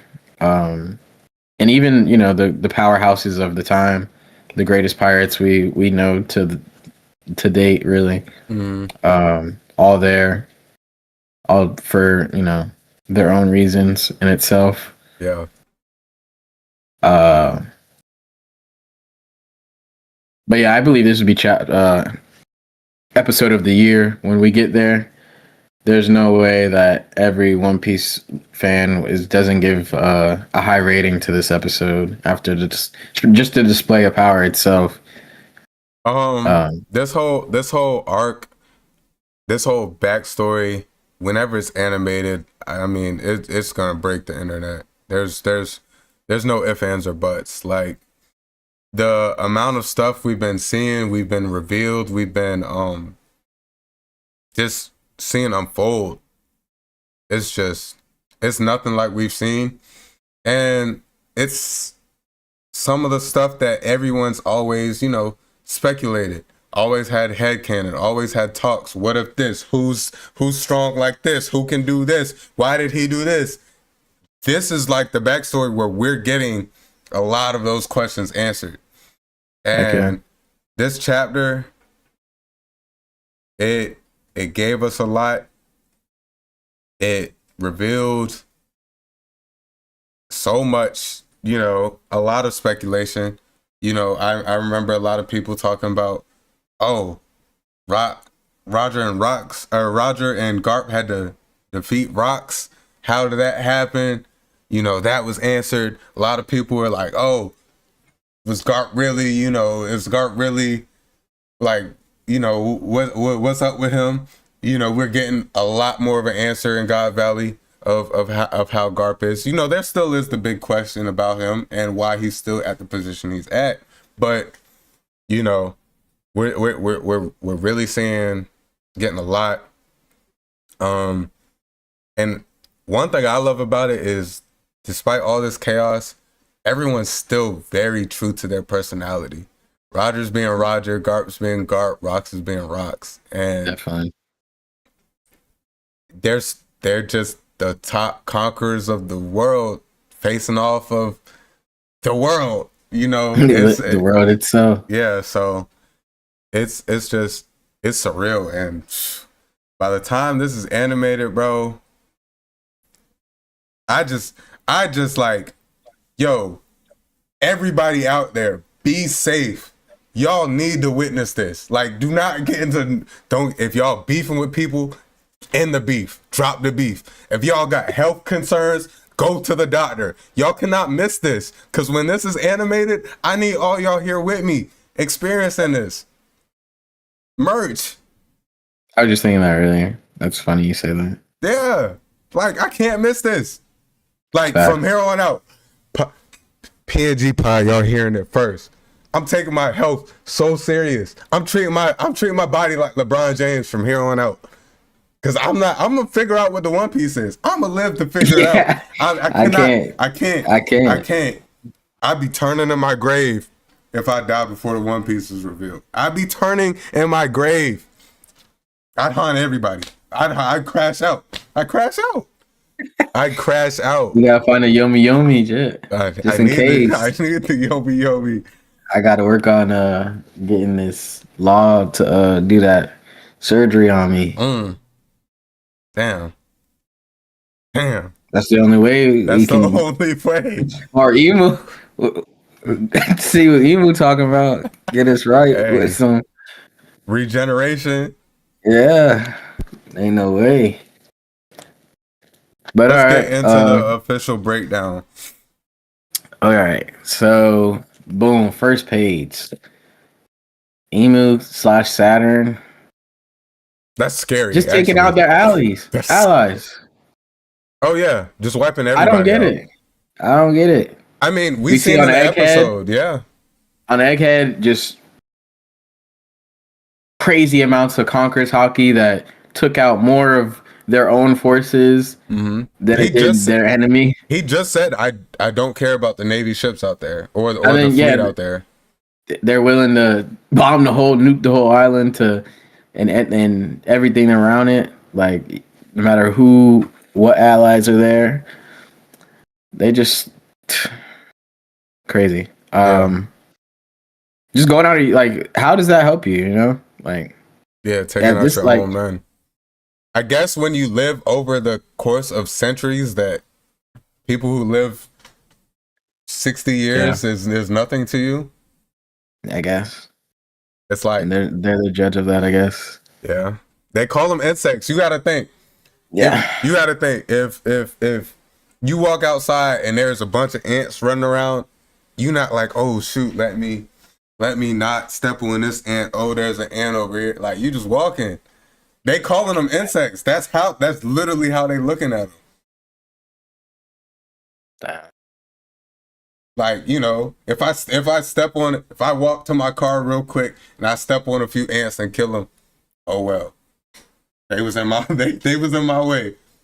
Dang, you're a celestial. No, I'm not. I'd be waving high to all the ants. I'd be waving high. I'm correlating. Hold on. Damn. I'm not saying I'm like this. Oh, okay, my bad. I'm correlating. I watch my step. I don't step. Okay. You know, bug lives matter. You feel me? All bugs matter. All bugs matter. You feel me? Except, I ain't even gonna get into it. Except mosquitoes, roaches. Yeah. The regular trash flies. Like, what do y'all exist for? Like y'all exist to just disgust me. Yeah, those lives don't matter, but everything else, you know, the butterflies, the ladybugs, they all cool. You feel me? I'm a bug supporter out there, insect supporter. So next page, Roger's crew just getting whooped, boy. Yeah, and that kind of I mentioned before, like, yo, Roger's crew, they significant four, and I say four to add Crocus in there, but they had a significant four, and everybody else is just like fodder almost. Like they getting stomped on. They better have roles down the line. They better show us. I just all need to these meet. People. I want to meet some more I want some more named people from his crew. Something like I feel like every other crew we have names of the fleet and stuff, or something. Yeah. I see the dude that in Roger's crew that he was talking to while he got knocked out or whatever. He describes the pain as being fascinating. Do you think that was like a poison from Saturn or something, or the feeling of hockey or something? That was just a weird way to put it. I didn't even. I wasn't even thinking about pain when he said that. I was thinking of like just the fact of Emu and Saturn, like just the sight of that was fascinating. But now that I'm reading it's back, like it does, like ow, it hurts, but it's so fascinating. Like that does kind of allude to he's talking about the pain. Also, the first translation of it was it feels like compelling. So compelling, it said. Oh. Maybe that's the Domi Reversi type. I don't know. I don't know. Because like that's hard for me to say, because at the end of the chapter we see it seems to work a little bit different than that. Yeah. Where are we at on the page? Oh, I love this little interaction with Gabon. Every time Gabon comes up, I'm happy, man. Even if we're not seeing him fighting for real yet, I'm still happy. I really mess with Gabon. Gabon's cool. I love his character design. Yeah. The king of why is this out of order? I feel like no, it is. It's not. Okay. I would just type it. Garbage. Oh, just always getting clarification. The whole vice admiral, boy. If you don't pick up the hints of what's going on here, like you asking your underlings what's going on. Yeah, like who is that? And then he starts bashing the Celestials there. That's at least he came back with that. Yeah. Boom, the King of Rats. Do you know what King of that is? It's like a real thing. No, I don't. So it's like a, I guess you'd say a scenario, whatever, where like rats get stuck together. Mm-hmm. And it's just like a big monster of rats. So I thought about it like similar to like is Emu. How many souls or people is Emu having? Maybe I don't know. If that was along the same lines, multiple people Emu. That's what I thought of as soon as I seen that. Yeah. Or the Rat King, the Rat King is what I explained it was. Okay. Not the King of Rats, but I was just saying, just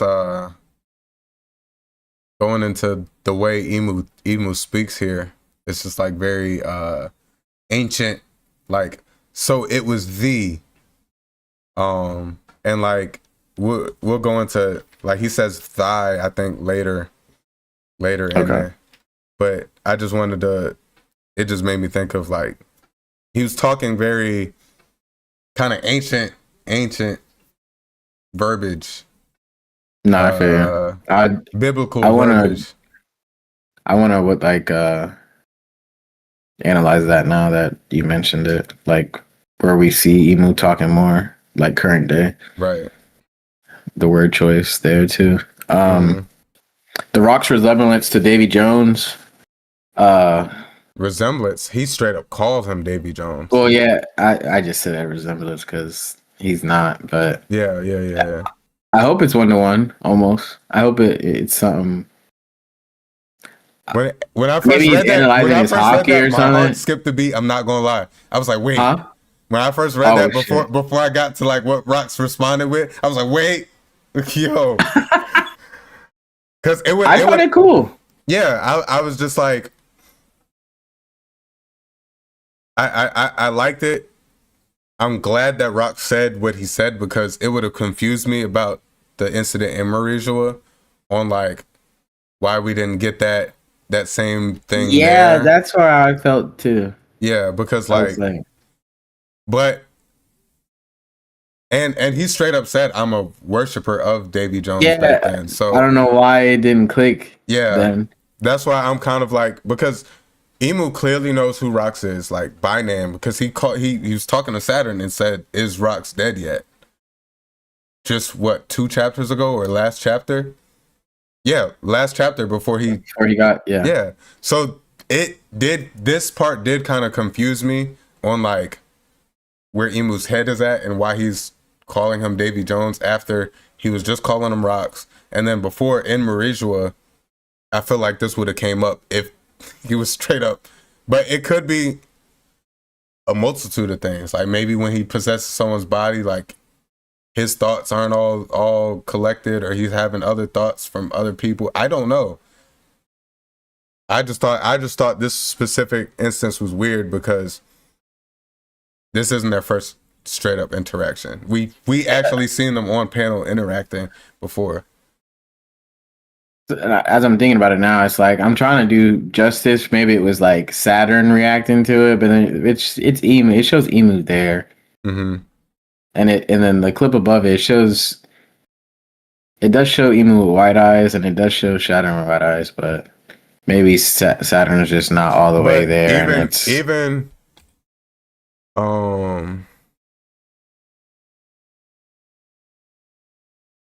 I mean, I just feel like looking at the way he is and the way the black just kind of takes over all the way down, that's just me kind of thinking that Saturn's completely, yeah, right. Like by this point, I'm just like, this is Emu. It's not, it's not half and half. I'm just like, Emu's completely just using Saturn's body as a puppet almost. But let's keep it pushing. I don't want to get stuck too long on that spot. I just blamed it on. I said it was kind of sad. It's like Emu has Alzheimer's. It could be. That could be something. Damn. Yeah, that was the only really part of the chapter I was like kind of confused on. Yeah. But you done with this page, or you want me to? Nah, just right here. I'm wrapping up. Okay. Davy Jones' promise. Yes. Any thoughts there? You think it has something to do with Joy Boy's promise that wasn't fulfilled? A lot of people have been speculating the connection between Joy Boy and Davy Jones, potentially, Davy Jones being Joy Boy's actual name and Joy Boy being like Straw Hat, whereas people know Luffy as Straw Hat. Or everybody has names now: Whitebeard, Blackbeard, red hair, all that stuff. The pseudonyms that people are kind of known by. People are starting to speculate that Davy Jones and Joy Boy are the same, which could potentially lead into a connection in the promises. I'm not 100% sure. Well, clearly I'm not 100% sure, but like I don't even know where my thoughts lie in all of that, because I don't think I fully wrapped my thoughts on the potential connection. I'm really treading lightly on this because I personally want a bit of two different. Yeah, I was about to say I'm on the same boat there. Yeah, I don't want everything to tie into Davy and stuff. I want it to kind of have its different paths. The Will of D, Joy Boy, all kind of have its own things. Right, yeah. Obviously, it's all going to have a connection in the Void Century and the ancient kingdom and all that.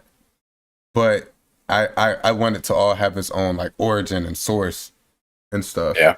So with that aspect of things, I kind of hope they're different promises.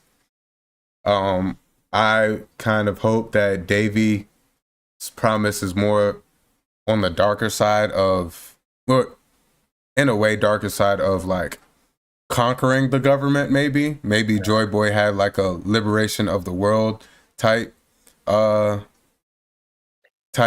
promise or dream or whatever, or would you? So I these are kind of hopes that I want, but I don't want to think that this has a connection with the Joy Boy or is directly the same thing as Joy Boy. Not necessarily connection. Connection could be cool, but no, yeah, I feel.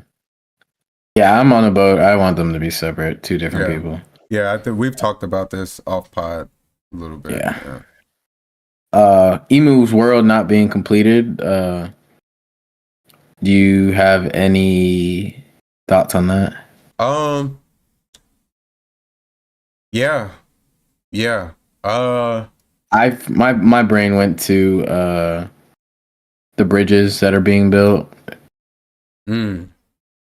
That that they've been being built for hundreds of years now. Right, they said. Right. What else? That's where my brain went initially. Yeah, I see a tie to that. I've always felt like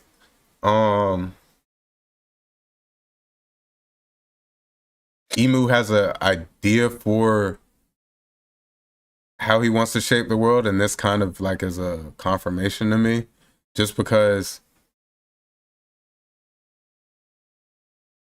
there's a specific reason on why Emu's being in the shadows, and why like he wants the world to think that the throne remains empty and stuff. And I feel like that all ties into what he's trying to do. All the little breadcrumbs that we've just gotten thus far throughout the show of just how the world government go above and beyond to suppress certain things. I feel like it all ties into Emu's image and what he wants to shape the world to be. Now, what I think that may be, I have no clue. Part of me is like he wants it all to be tied together under one, like, join the nation. Yeah, like one nation. One nation under God. We live right in the Holy Land. But I don't know, man. It's very speculative on how I feel about a lot of things regarding Emu. Obviously, because the entity of Emu is still such a mystery. But I do like the connection to the bridges being built and everything. Yeah, that's where my mind went initially. Yeah. I also like thought about it kind of is like a Skypiea parallel, like the world not being complete. Like Anel's was up there for I don't know how long he was up there for exactly, but working on the Arc Maximus, like that was his what he was all there for, and taking that time to build and stuff like that. And his ultimate goal and stuff. Yeah, and then just how like that's one of the first big protagonists that we run across. I just felt like that was kind of like a little bit of foreshadow, maybe. Yeah. The Marines and Garb join battle and pick a side against the world government. I love that. This might be one of my favorite moments of the chapter. It was just funny seeing the Marines like try to get him to be quiet and not say too much, say it out loud. They speak in pig Latin to Brook. Yeah. That was hilarious. Bro. That was hilarious. And then he's clearly choosing a side now, so it's like, how does he keep his job? Yeah. Definitely. And then how does he keep his life? Yeah, like I guess maybe he falls into just becomes the fall guy for the hero of the Navy, how they want to spin it, yeah, put it all under wraps and stuff like that. Which I mean, I guess it works, but I wouldn't expect him to be alive after all of this. Boom. Next page. I had a theory about this that I meant to put together, but shit happens, and I kind of just fell out of love with it. But we get the confirmation of Captain John. The Jiki Jiki confirmation with the big eater move. Yeah, hold on. Let me. Yeah, sure. The big eater move is crazy. That is a insane name. Big eater, and he said that with a big ass smile on his face. Yeah. And then he proceeds to get one shot by Mr. Five, Booger Devil Fruit, controlled by what's his name, Gonzui? I think so. Yep, Gonzui. Yeah, that's crazy. The one I didn't expect the one shot. It's like everybody who has kids fruit is just fodder. Oh my god, man! They gotta be related. They gotta be related. 2 chapters. Was it? I don't think it was last chapter. It might have. Yeah, it's actually last chapter. I forgot to talk. Did I forget to talk about it? I think I forgot to talk about it. Captain John's claw hand. Oh, we didn't talk about that. Yeah, in the background, right? He had the same claw hand as he was lined up with one of the other rock pirates. Yeah, I remember. Yeah, he's sitting there with the whole claw hand. Yeah, I don't think we talked about it on pod. We may have talked about it off of pod. Yeah. And then in the midst of it, freaking dragon gets snatched up by Captain John's big eater, and Shanks is dropped not once Bumbled. but twice. Bumbled. And he proceeds to climb into the chest. At this point, it's like I'm guessing he's gonna get stuck in that chest, and that's where he's found. That's where he's found. He just gets picked up, and that's where he's found. Pick up the treasure, and then they grab it, get on the ship, open it. Oh my god, a baby's in here. Yeah, like that. That's how it's probably gonna be. Then it's like, dang, where is Dragon gonna find this fruit? I want him to find this fruit here. I've been waiting on that. I want him to find it here. I thought he was gonna find it once they landed and Shanks did fall out. Where was that? Where was that? He fell right here. Where's Shanks crawling to the? I think it's two pages. Yeah. Okay, so right here, yeah, when Shanks is falling, I was hoping like in this area there was gonna be like the devil fruit laying around or something, and he finds it and he's like, and I was hoping for something, but yeah, let's keep it pushing. So they fall. Gonzui admits to John he said each thing was worth 1 billion berries. Yeah, I was about to go there. Yeah. And then Shiki dips for the loot. Yep. I was thinking like maybe Shiki runs into Dragon at a chest, and Dragon pops it right before Shiki attacks him or something. Yeah, that would be cool. Yeah. But yeah, back to the main fight. Oh yeah. We get the full spread. That damn freaking Big Mom is chasing down Kaido. Oh, this one misses her attack and hits Saturn. We got the. Go ahead. You can go to the next page. Man. We got the Galaxy Impact, the Divine Departure, the Pandemonium from Rocks. From Rocks. Was that? Wait. Was that our first name move from Rocks? Yeah, that is for Rocks. That's our first one. All right, keep going. The Chalk Hawka, that's our first named attack from Whitebeard. Of course, Big Mom had to get down. I love this move. Every time I hear it go off, I see it. Ikoku Sovereignty is a banger. Even though she was trying to hit Kaido, she hit the Gorosei member, Emu. And then we get Kaido with Dragon. Some banter. He 5 minutes into Devil Fruit. He don't got no names yet. He ain't got no names yet. He just said Dragon. He just said that dragon. Was dope. He said, "Fuck it, I'm a dragon. I'm gonna blow my breath, and that's what we gonna call it right now. I'll get to the names later." Hell yeah! But that should be the biggest. Oh my god! When that's animated, highest rated anime episode ever. Like I might have a stroke. Seeing this on my screen. You can't, bro. You gotta find the One Piece. Oh, bro, this is gonna be epic. Oh. While we're here, Zeus can give us the lore of the One Piece Zeus world. Could have told us. We could have been on the ship after Whole Cake, and Zeus could have been like, "Hey, yo, like y'all think the world is this? Let me tell you.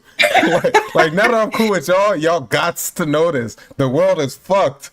Like, bro, Zeus could have Whole Cake.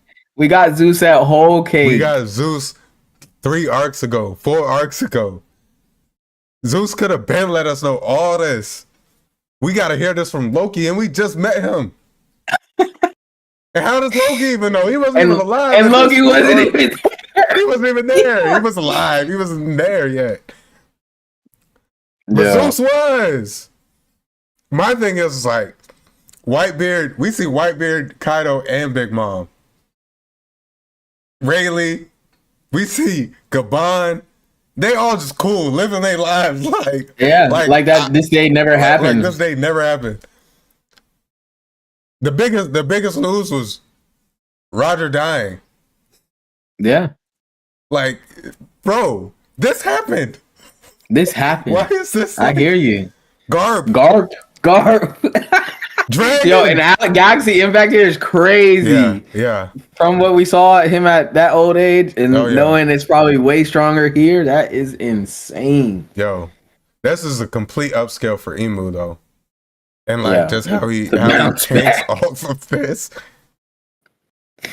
Like to bounce back is crazy, dude. Like you're telling me we're seeing the Supreme King Conquerors hockey being used, and he's still bouncing back. But let's keep it pushing. So yeah, Shanks falls out and everything. Did Shanks use substitution jutsu? Wait, what? Substitution? Is that a log? Why is my thing tweaking? It hold you. Got back up. Yo, Shanks used substitution jutsu. That's a log. That's a log. Is that a cloud on his shoulder or is that a clump of t-shirt? That's a cloud. That might be a substitution. He said, I need to save the baby. Look down and seen a log. Shanks whole time over here. The real Shinobi. I don't have anything like written more, but you can just scroll and I'll cook up. Yeah. Oh my god, bro. If Emu uses Rox's family against him, bro. I mean, it's already too late. He's flipped. Who would have thought that? Who would have thought? I thought he would be more capable. He did get stabbed up. He did get poked up. And but maybe that brought down his... nothing. He said it doesn't even hurt. So he's just getting like... And he chopped him up. He sliced. They traded. It's not a trade. It's not a trade. Because he got sliced up and then used the name attack. And it worked. On rocks. I didn't want it to go like this. Like, yeah, it was the way Sengoku made it seem like they teamed up to take him down. Yeah. This was my only hope for that being true. Like, if it was true that Garp and Roger had to take down rocks, my only hope was that they had to fight him like through a Domi Reversi, where that's how they take down rocks. Not and clearly it's not just like we see it right here. I imagine everyone's gonna be fighting. I don't think it's just gonna be Garp and Roger. I just think Garp and Roger are probably the two strongest right here. Or that's the Pirate King and the hero of the Marine, so they wanted to, but I did want to talk about, or just to pick up what I was saying earlier, just the way Imu talks. Thou wilt end thy own bloodline, slaughter thy wife and child. I don't remember him talking this like holy when we seen him before. I have to go fact check it because I don't know off the top of my head, but it really stood out to me on just the words he's choosing to use here and everything. I really want to know what's the word?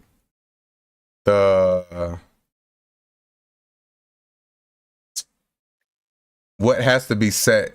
Like what the word's right on the tip of my tongue. Circumstances, what the circumstances are for Domi Reversi to work, because I was going there next. Yeah, like I said, he clearly pierced rocks. But Rock said what is this? It doesn't even hurt. And then he's right when he says it, maybe it's using this word to trigger it or something. But right when he says it, he flips.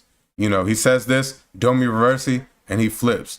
Clearly Rox wasn't injured. Rox has not been injured this whole time on God Valley, so it's not like he's in a weakened state. He used one named attack. It's not like he's exerted all his hockey or anything.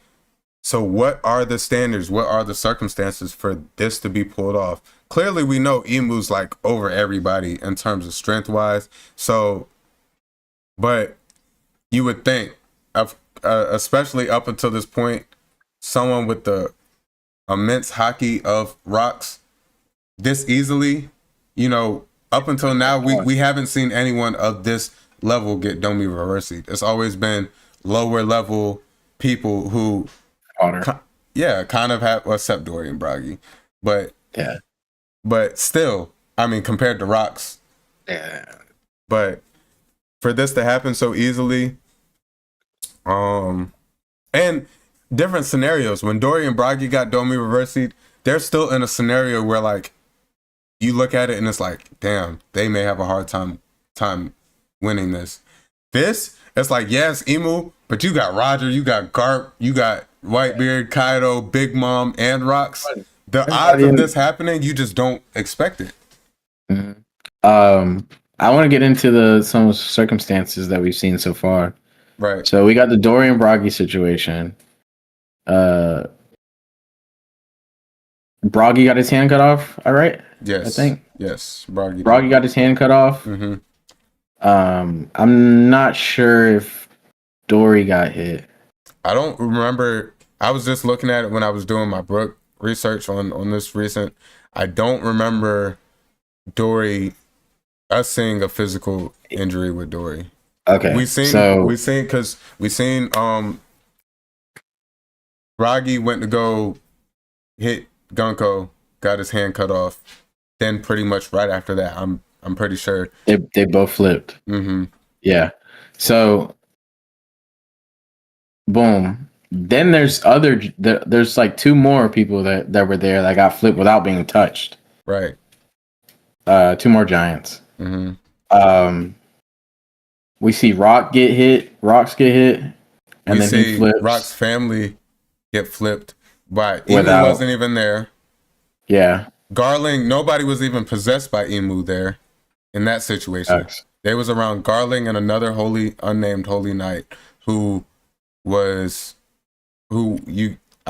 just walked through. So like, how did they get Domi Reversi'd?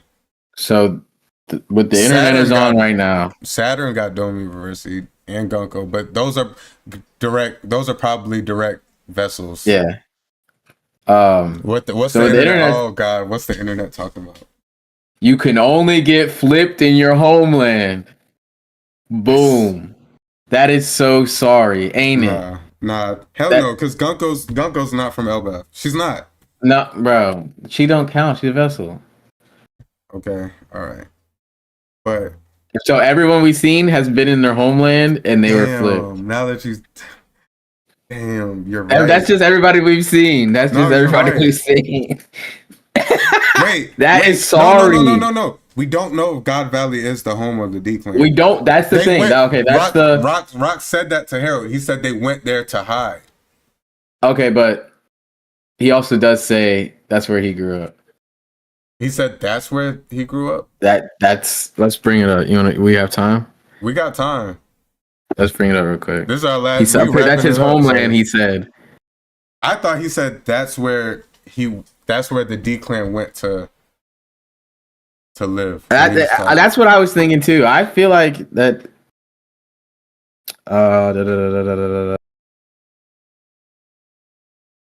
Shacky. So he's talking to Harold. Let me your strength. Okay, the page right before it. What is this? It doesn't tell me, of course. Page 1159, chapter 1159. What page is this? Page 14. Harold says, I see your kin and your wife or child are in your homeland. And why would you admit to this exploitable weakness to me or whatever? And then he says, my home is God's Valley. You said page what? That's 14 of 1159. Oh, 59.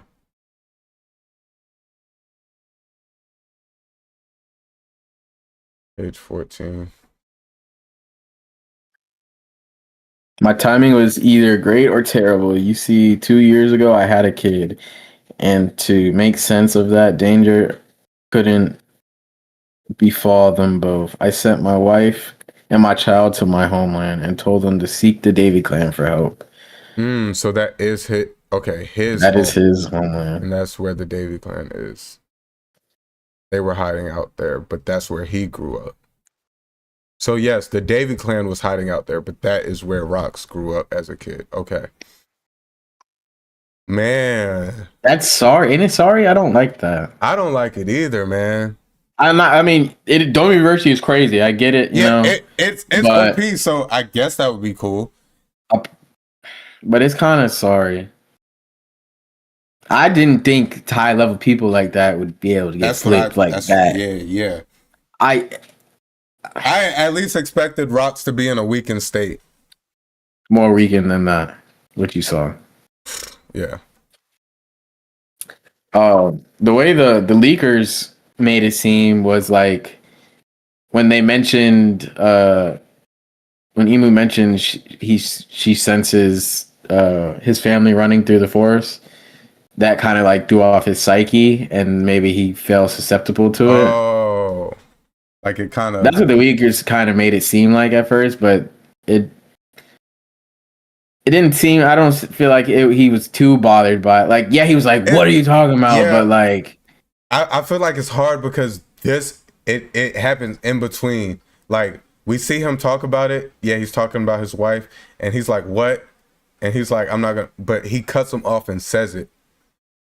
I feel like this panel just makes that hard to like be concrete because it could just be him he's impaled already and he could just be waiting as like he just cuts him off and is like he could do it pretty much. I feel like anytime after this he could have pulled it off maybe, and he just wanted to get in his head first and be like, hey, by the way, I'm about to take over your brain and you about to kill your wife and kid. And he's just like, huh? Boom, Domi Reversi. And then that happened. But this could be like maybe weakened his will or shifted his will a little bit to where it like and he just felt susceptible. Yeah. But I don't know. It's speculation because it could just be, hey, he impaled him. He said Domi Reversi. Boom, he switched. I didn't want to see Rox go out like that. Gives me a little bit of a different aspect on Blackbeard. It's making it a little bit justifiable more the little bits and piece more and more on why he moves the way he does. I feel like he's seen how his father was, and he's like, I want to achieve the same thing, but I'm not gonna go out like my dad. I'm gonna make sure I go a different path, which you know, I like Rocks a lot more than Blackbeard because of the different angles on the character and their paths. But it's just it makes me think that could potentially be. Rocks had the plan, he just didn't have the platform. Teach got both. Got the platform and the plan. Talk. I hate Teach. I hate Teach. I hate him. I hate him too. I hate him too. But yeah, man, what a great chapter. Yonko. We don't need to talk much about it. No hesitation. It's a Yonko level chapter. You know, more we getting heat, man. This is what we wanted. Facts. Any final thoughts on the chapter, on the episode today as a whole? I had a great chapter, an episode as a total of the Poneglyph podcast. What are we, 12? 12 in. Yes, sir. I'm happy to be here this far. We've just been getting good content recently, so I'm just happy to be back. The greatest news ever, no break week. We'll be right back next week with all brand new stuff, brand new content. I had, the news was great today. The episode, it did its justice, and the chapter blew everything out the water for me. For sure. Damn, what did I say?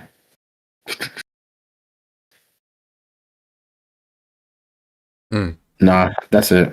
Oh, we're gonna do this real quick. We're not gonna do it, but I just want to throw this out there.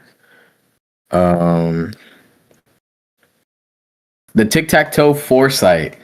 I want to talk about some new segment possibly coming.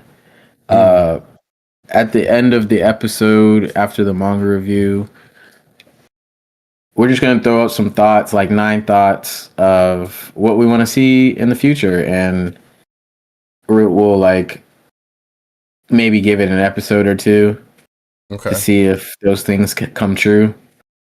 And we'll just talk about, the things that if they did come true, if they didn't come true, and then we'll make more things that we want to see in the future. Yeah. Well, I'll make sure we have it all set up in a grid and out. So we'll do that. All right, I just want to hear. But Stay tuned for that. Tic-tac foresight is.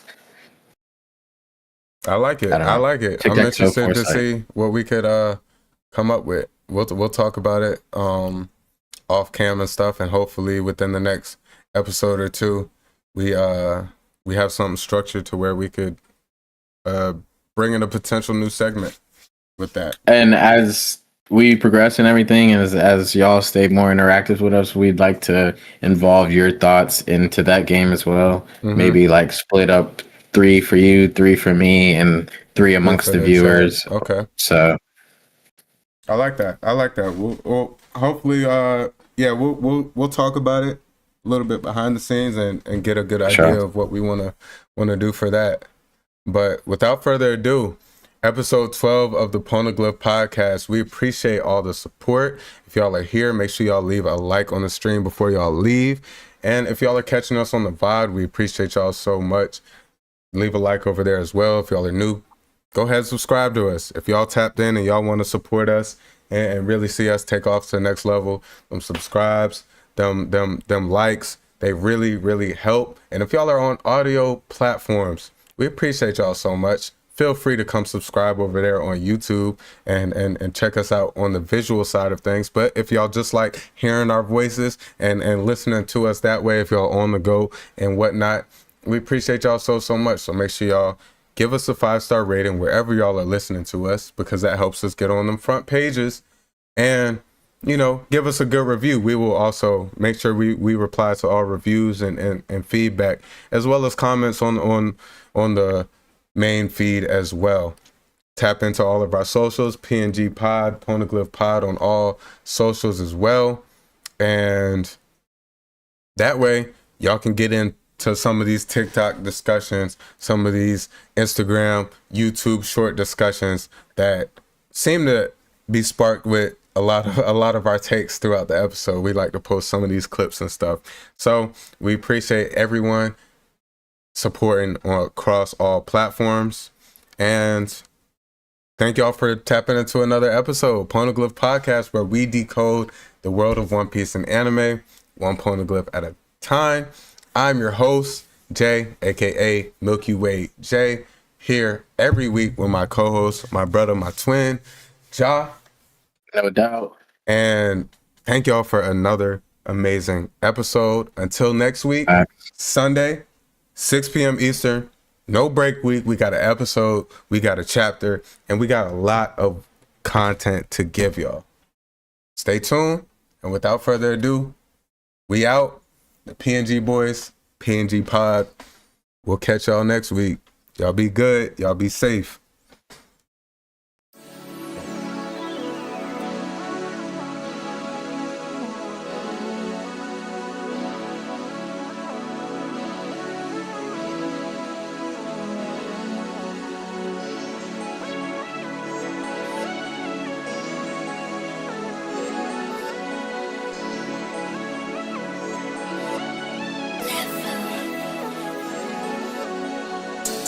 If you're not feeling it, be honest. I'm dashing in the coupe and going sonic speed.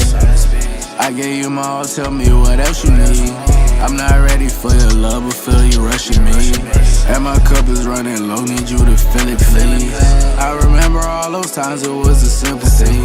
Now I'm here all alone, reminiscing about what we could've been, I'm on the road, drinking, driving, swerving, I won't crash out. Got 12 on my ass down, still will chase the bag down. Hit the throttle, spaz out.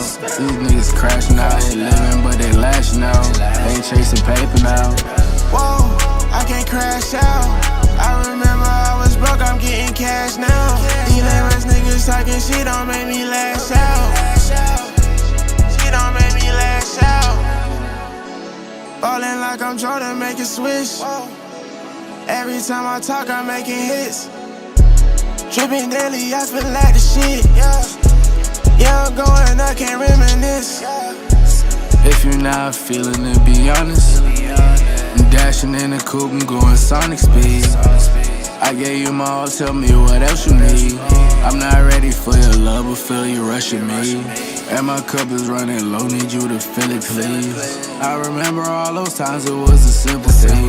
Now I'm here all alone, reminiscing about what we could've been. If you're not feeling it, be honest. Dashing in the coupe and going sonic speed. I gave you my all, tell me what else you need. I'm not ready for your love, but feel you rushing me.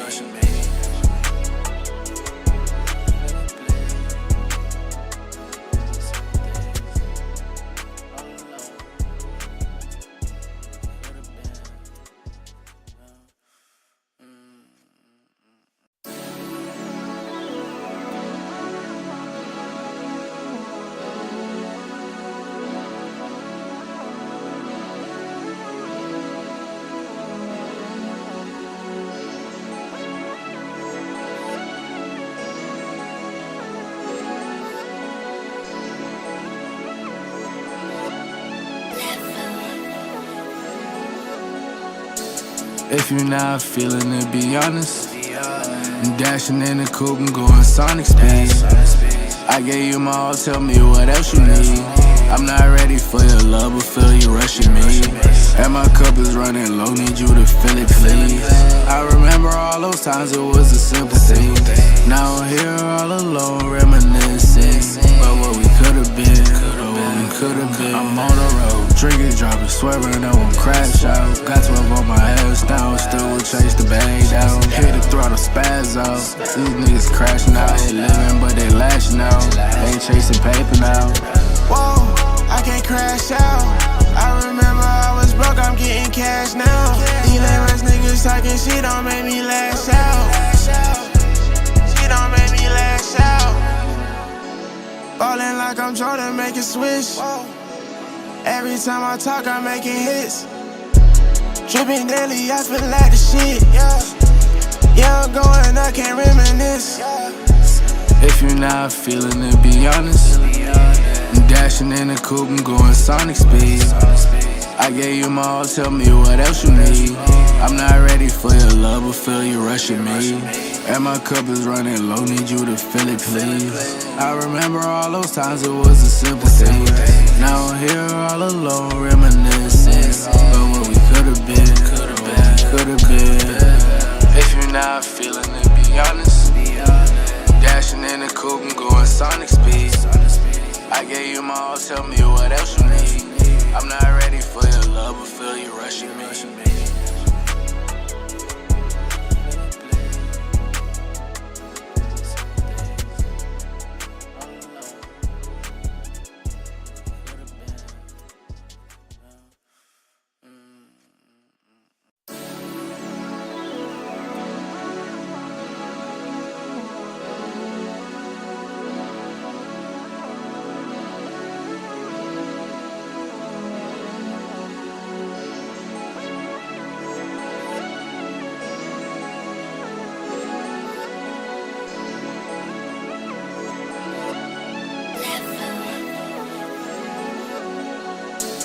If you're not feeling it, be honest. I'm dashing in the coupe, I'm going sonic speed.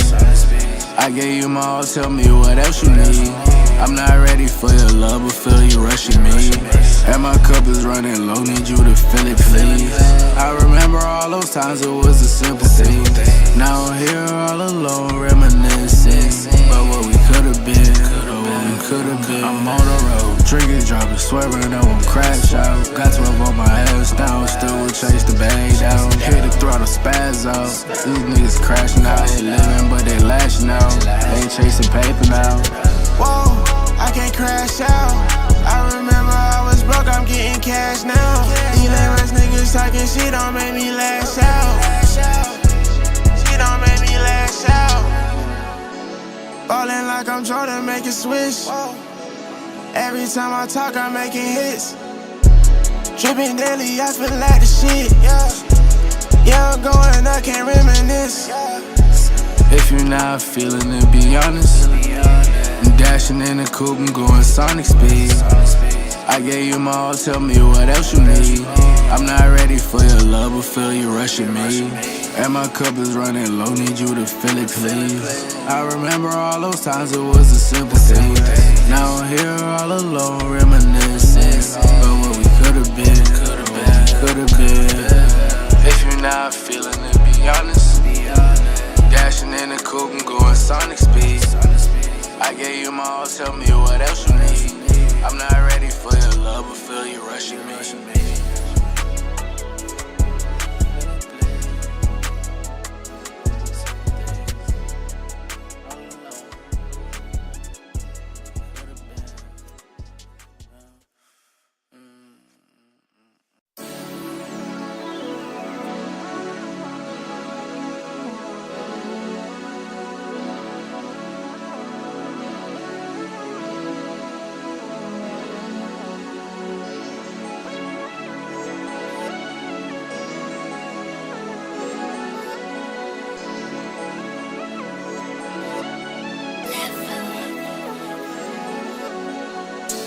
If you're not feeling it, be honest. I'm dashing in the coupe, I'm going sonic speed.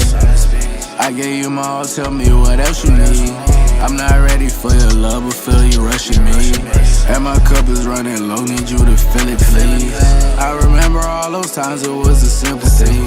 Now I'm here all alone, reminiscing about what we could've been, could've been. I'm on the road, drinking, driving, swerving, I won't crash out. Got 12 on my ass down, still will chase the bag down. Hit the throttle, spaz out. These niggas crashing out, they living but they lashing out. Ain't chasing paper now. Whoa, I can't crash out. I remember I was broke, I'm getting cash now. These lame ass niggas talking shit don't make me lash out. Shit don't make me lash out. Ballin' like I'm Jordan, make it switch. Every time I talk, I'm making hits. Dripping daily, I feel like the shit. Yeah, I'm going, I can't reminisce. If you're not feeling it, be honest. I'm dashing in the coupe and going sonic speed. I gave you my all, tell me what else you need. I'm not ready for your love, but feel you rushing me. And my cup is running low, need you to fill it, please. I remember all those times it was a simple thing. Now I'm here all alone, reminiscing about what we could've been. If you're not feeling it, be honest. Dashing in the coupe and going sonic speed. I gave you my all, tell me what else you need. I'm not ready for your love, but feel you rushing me.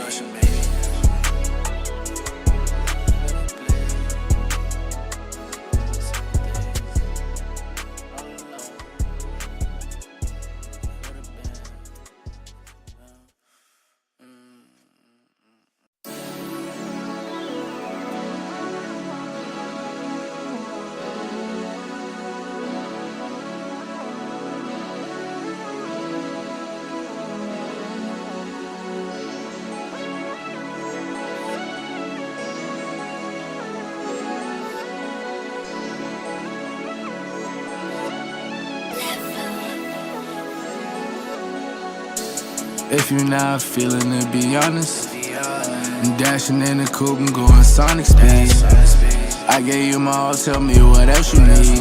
I'm not ready for your love, but feel you rushing me. And my cup is running low, need you to fill it, please. I remember all those times it was a simple thing. Now I'm here all alone, reminiscing about what we could've been. I'm on the road, drinking, driving, swearing I won't crash out. Got 12 on my ass down, still will chase the bag down. Hit the throttle, spaz out. These niggas crashing out, they living but they lashing out. Ain't chasing paper now. Whoa, I can't crash out. I remember I was broke, I'm getting cash now. These lame ass niggas talking shit don't make me lash out. Shit don't make me lash out. Ballin' like I'm Jordan, make it switch.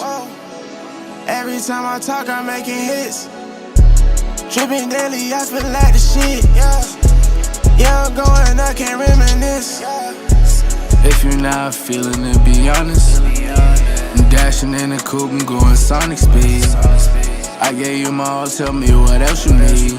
I'm not ready for your love, but feel you rushing me. And my cup is running low, need you to fill it, please. I remember all those times it was a simple thing. Now I'm here all alone, reminiscing about what we could've been. If you're not feeling it, be honest. Dashing in the coupe and going sonic speed. I gave you my all, tell me what else you need. I'm not ready for your love, but feel you rushing me.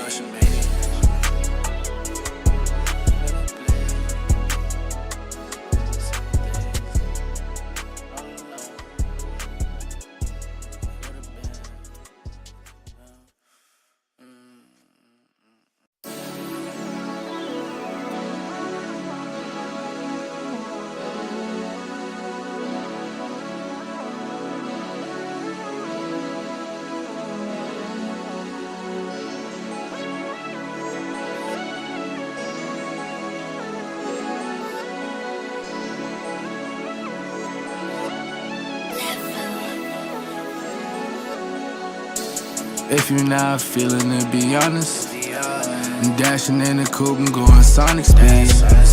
I gave you my all, tell me what else you need. I'm not ready for your love, but feel you rush.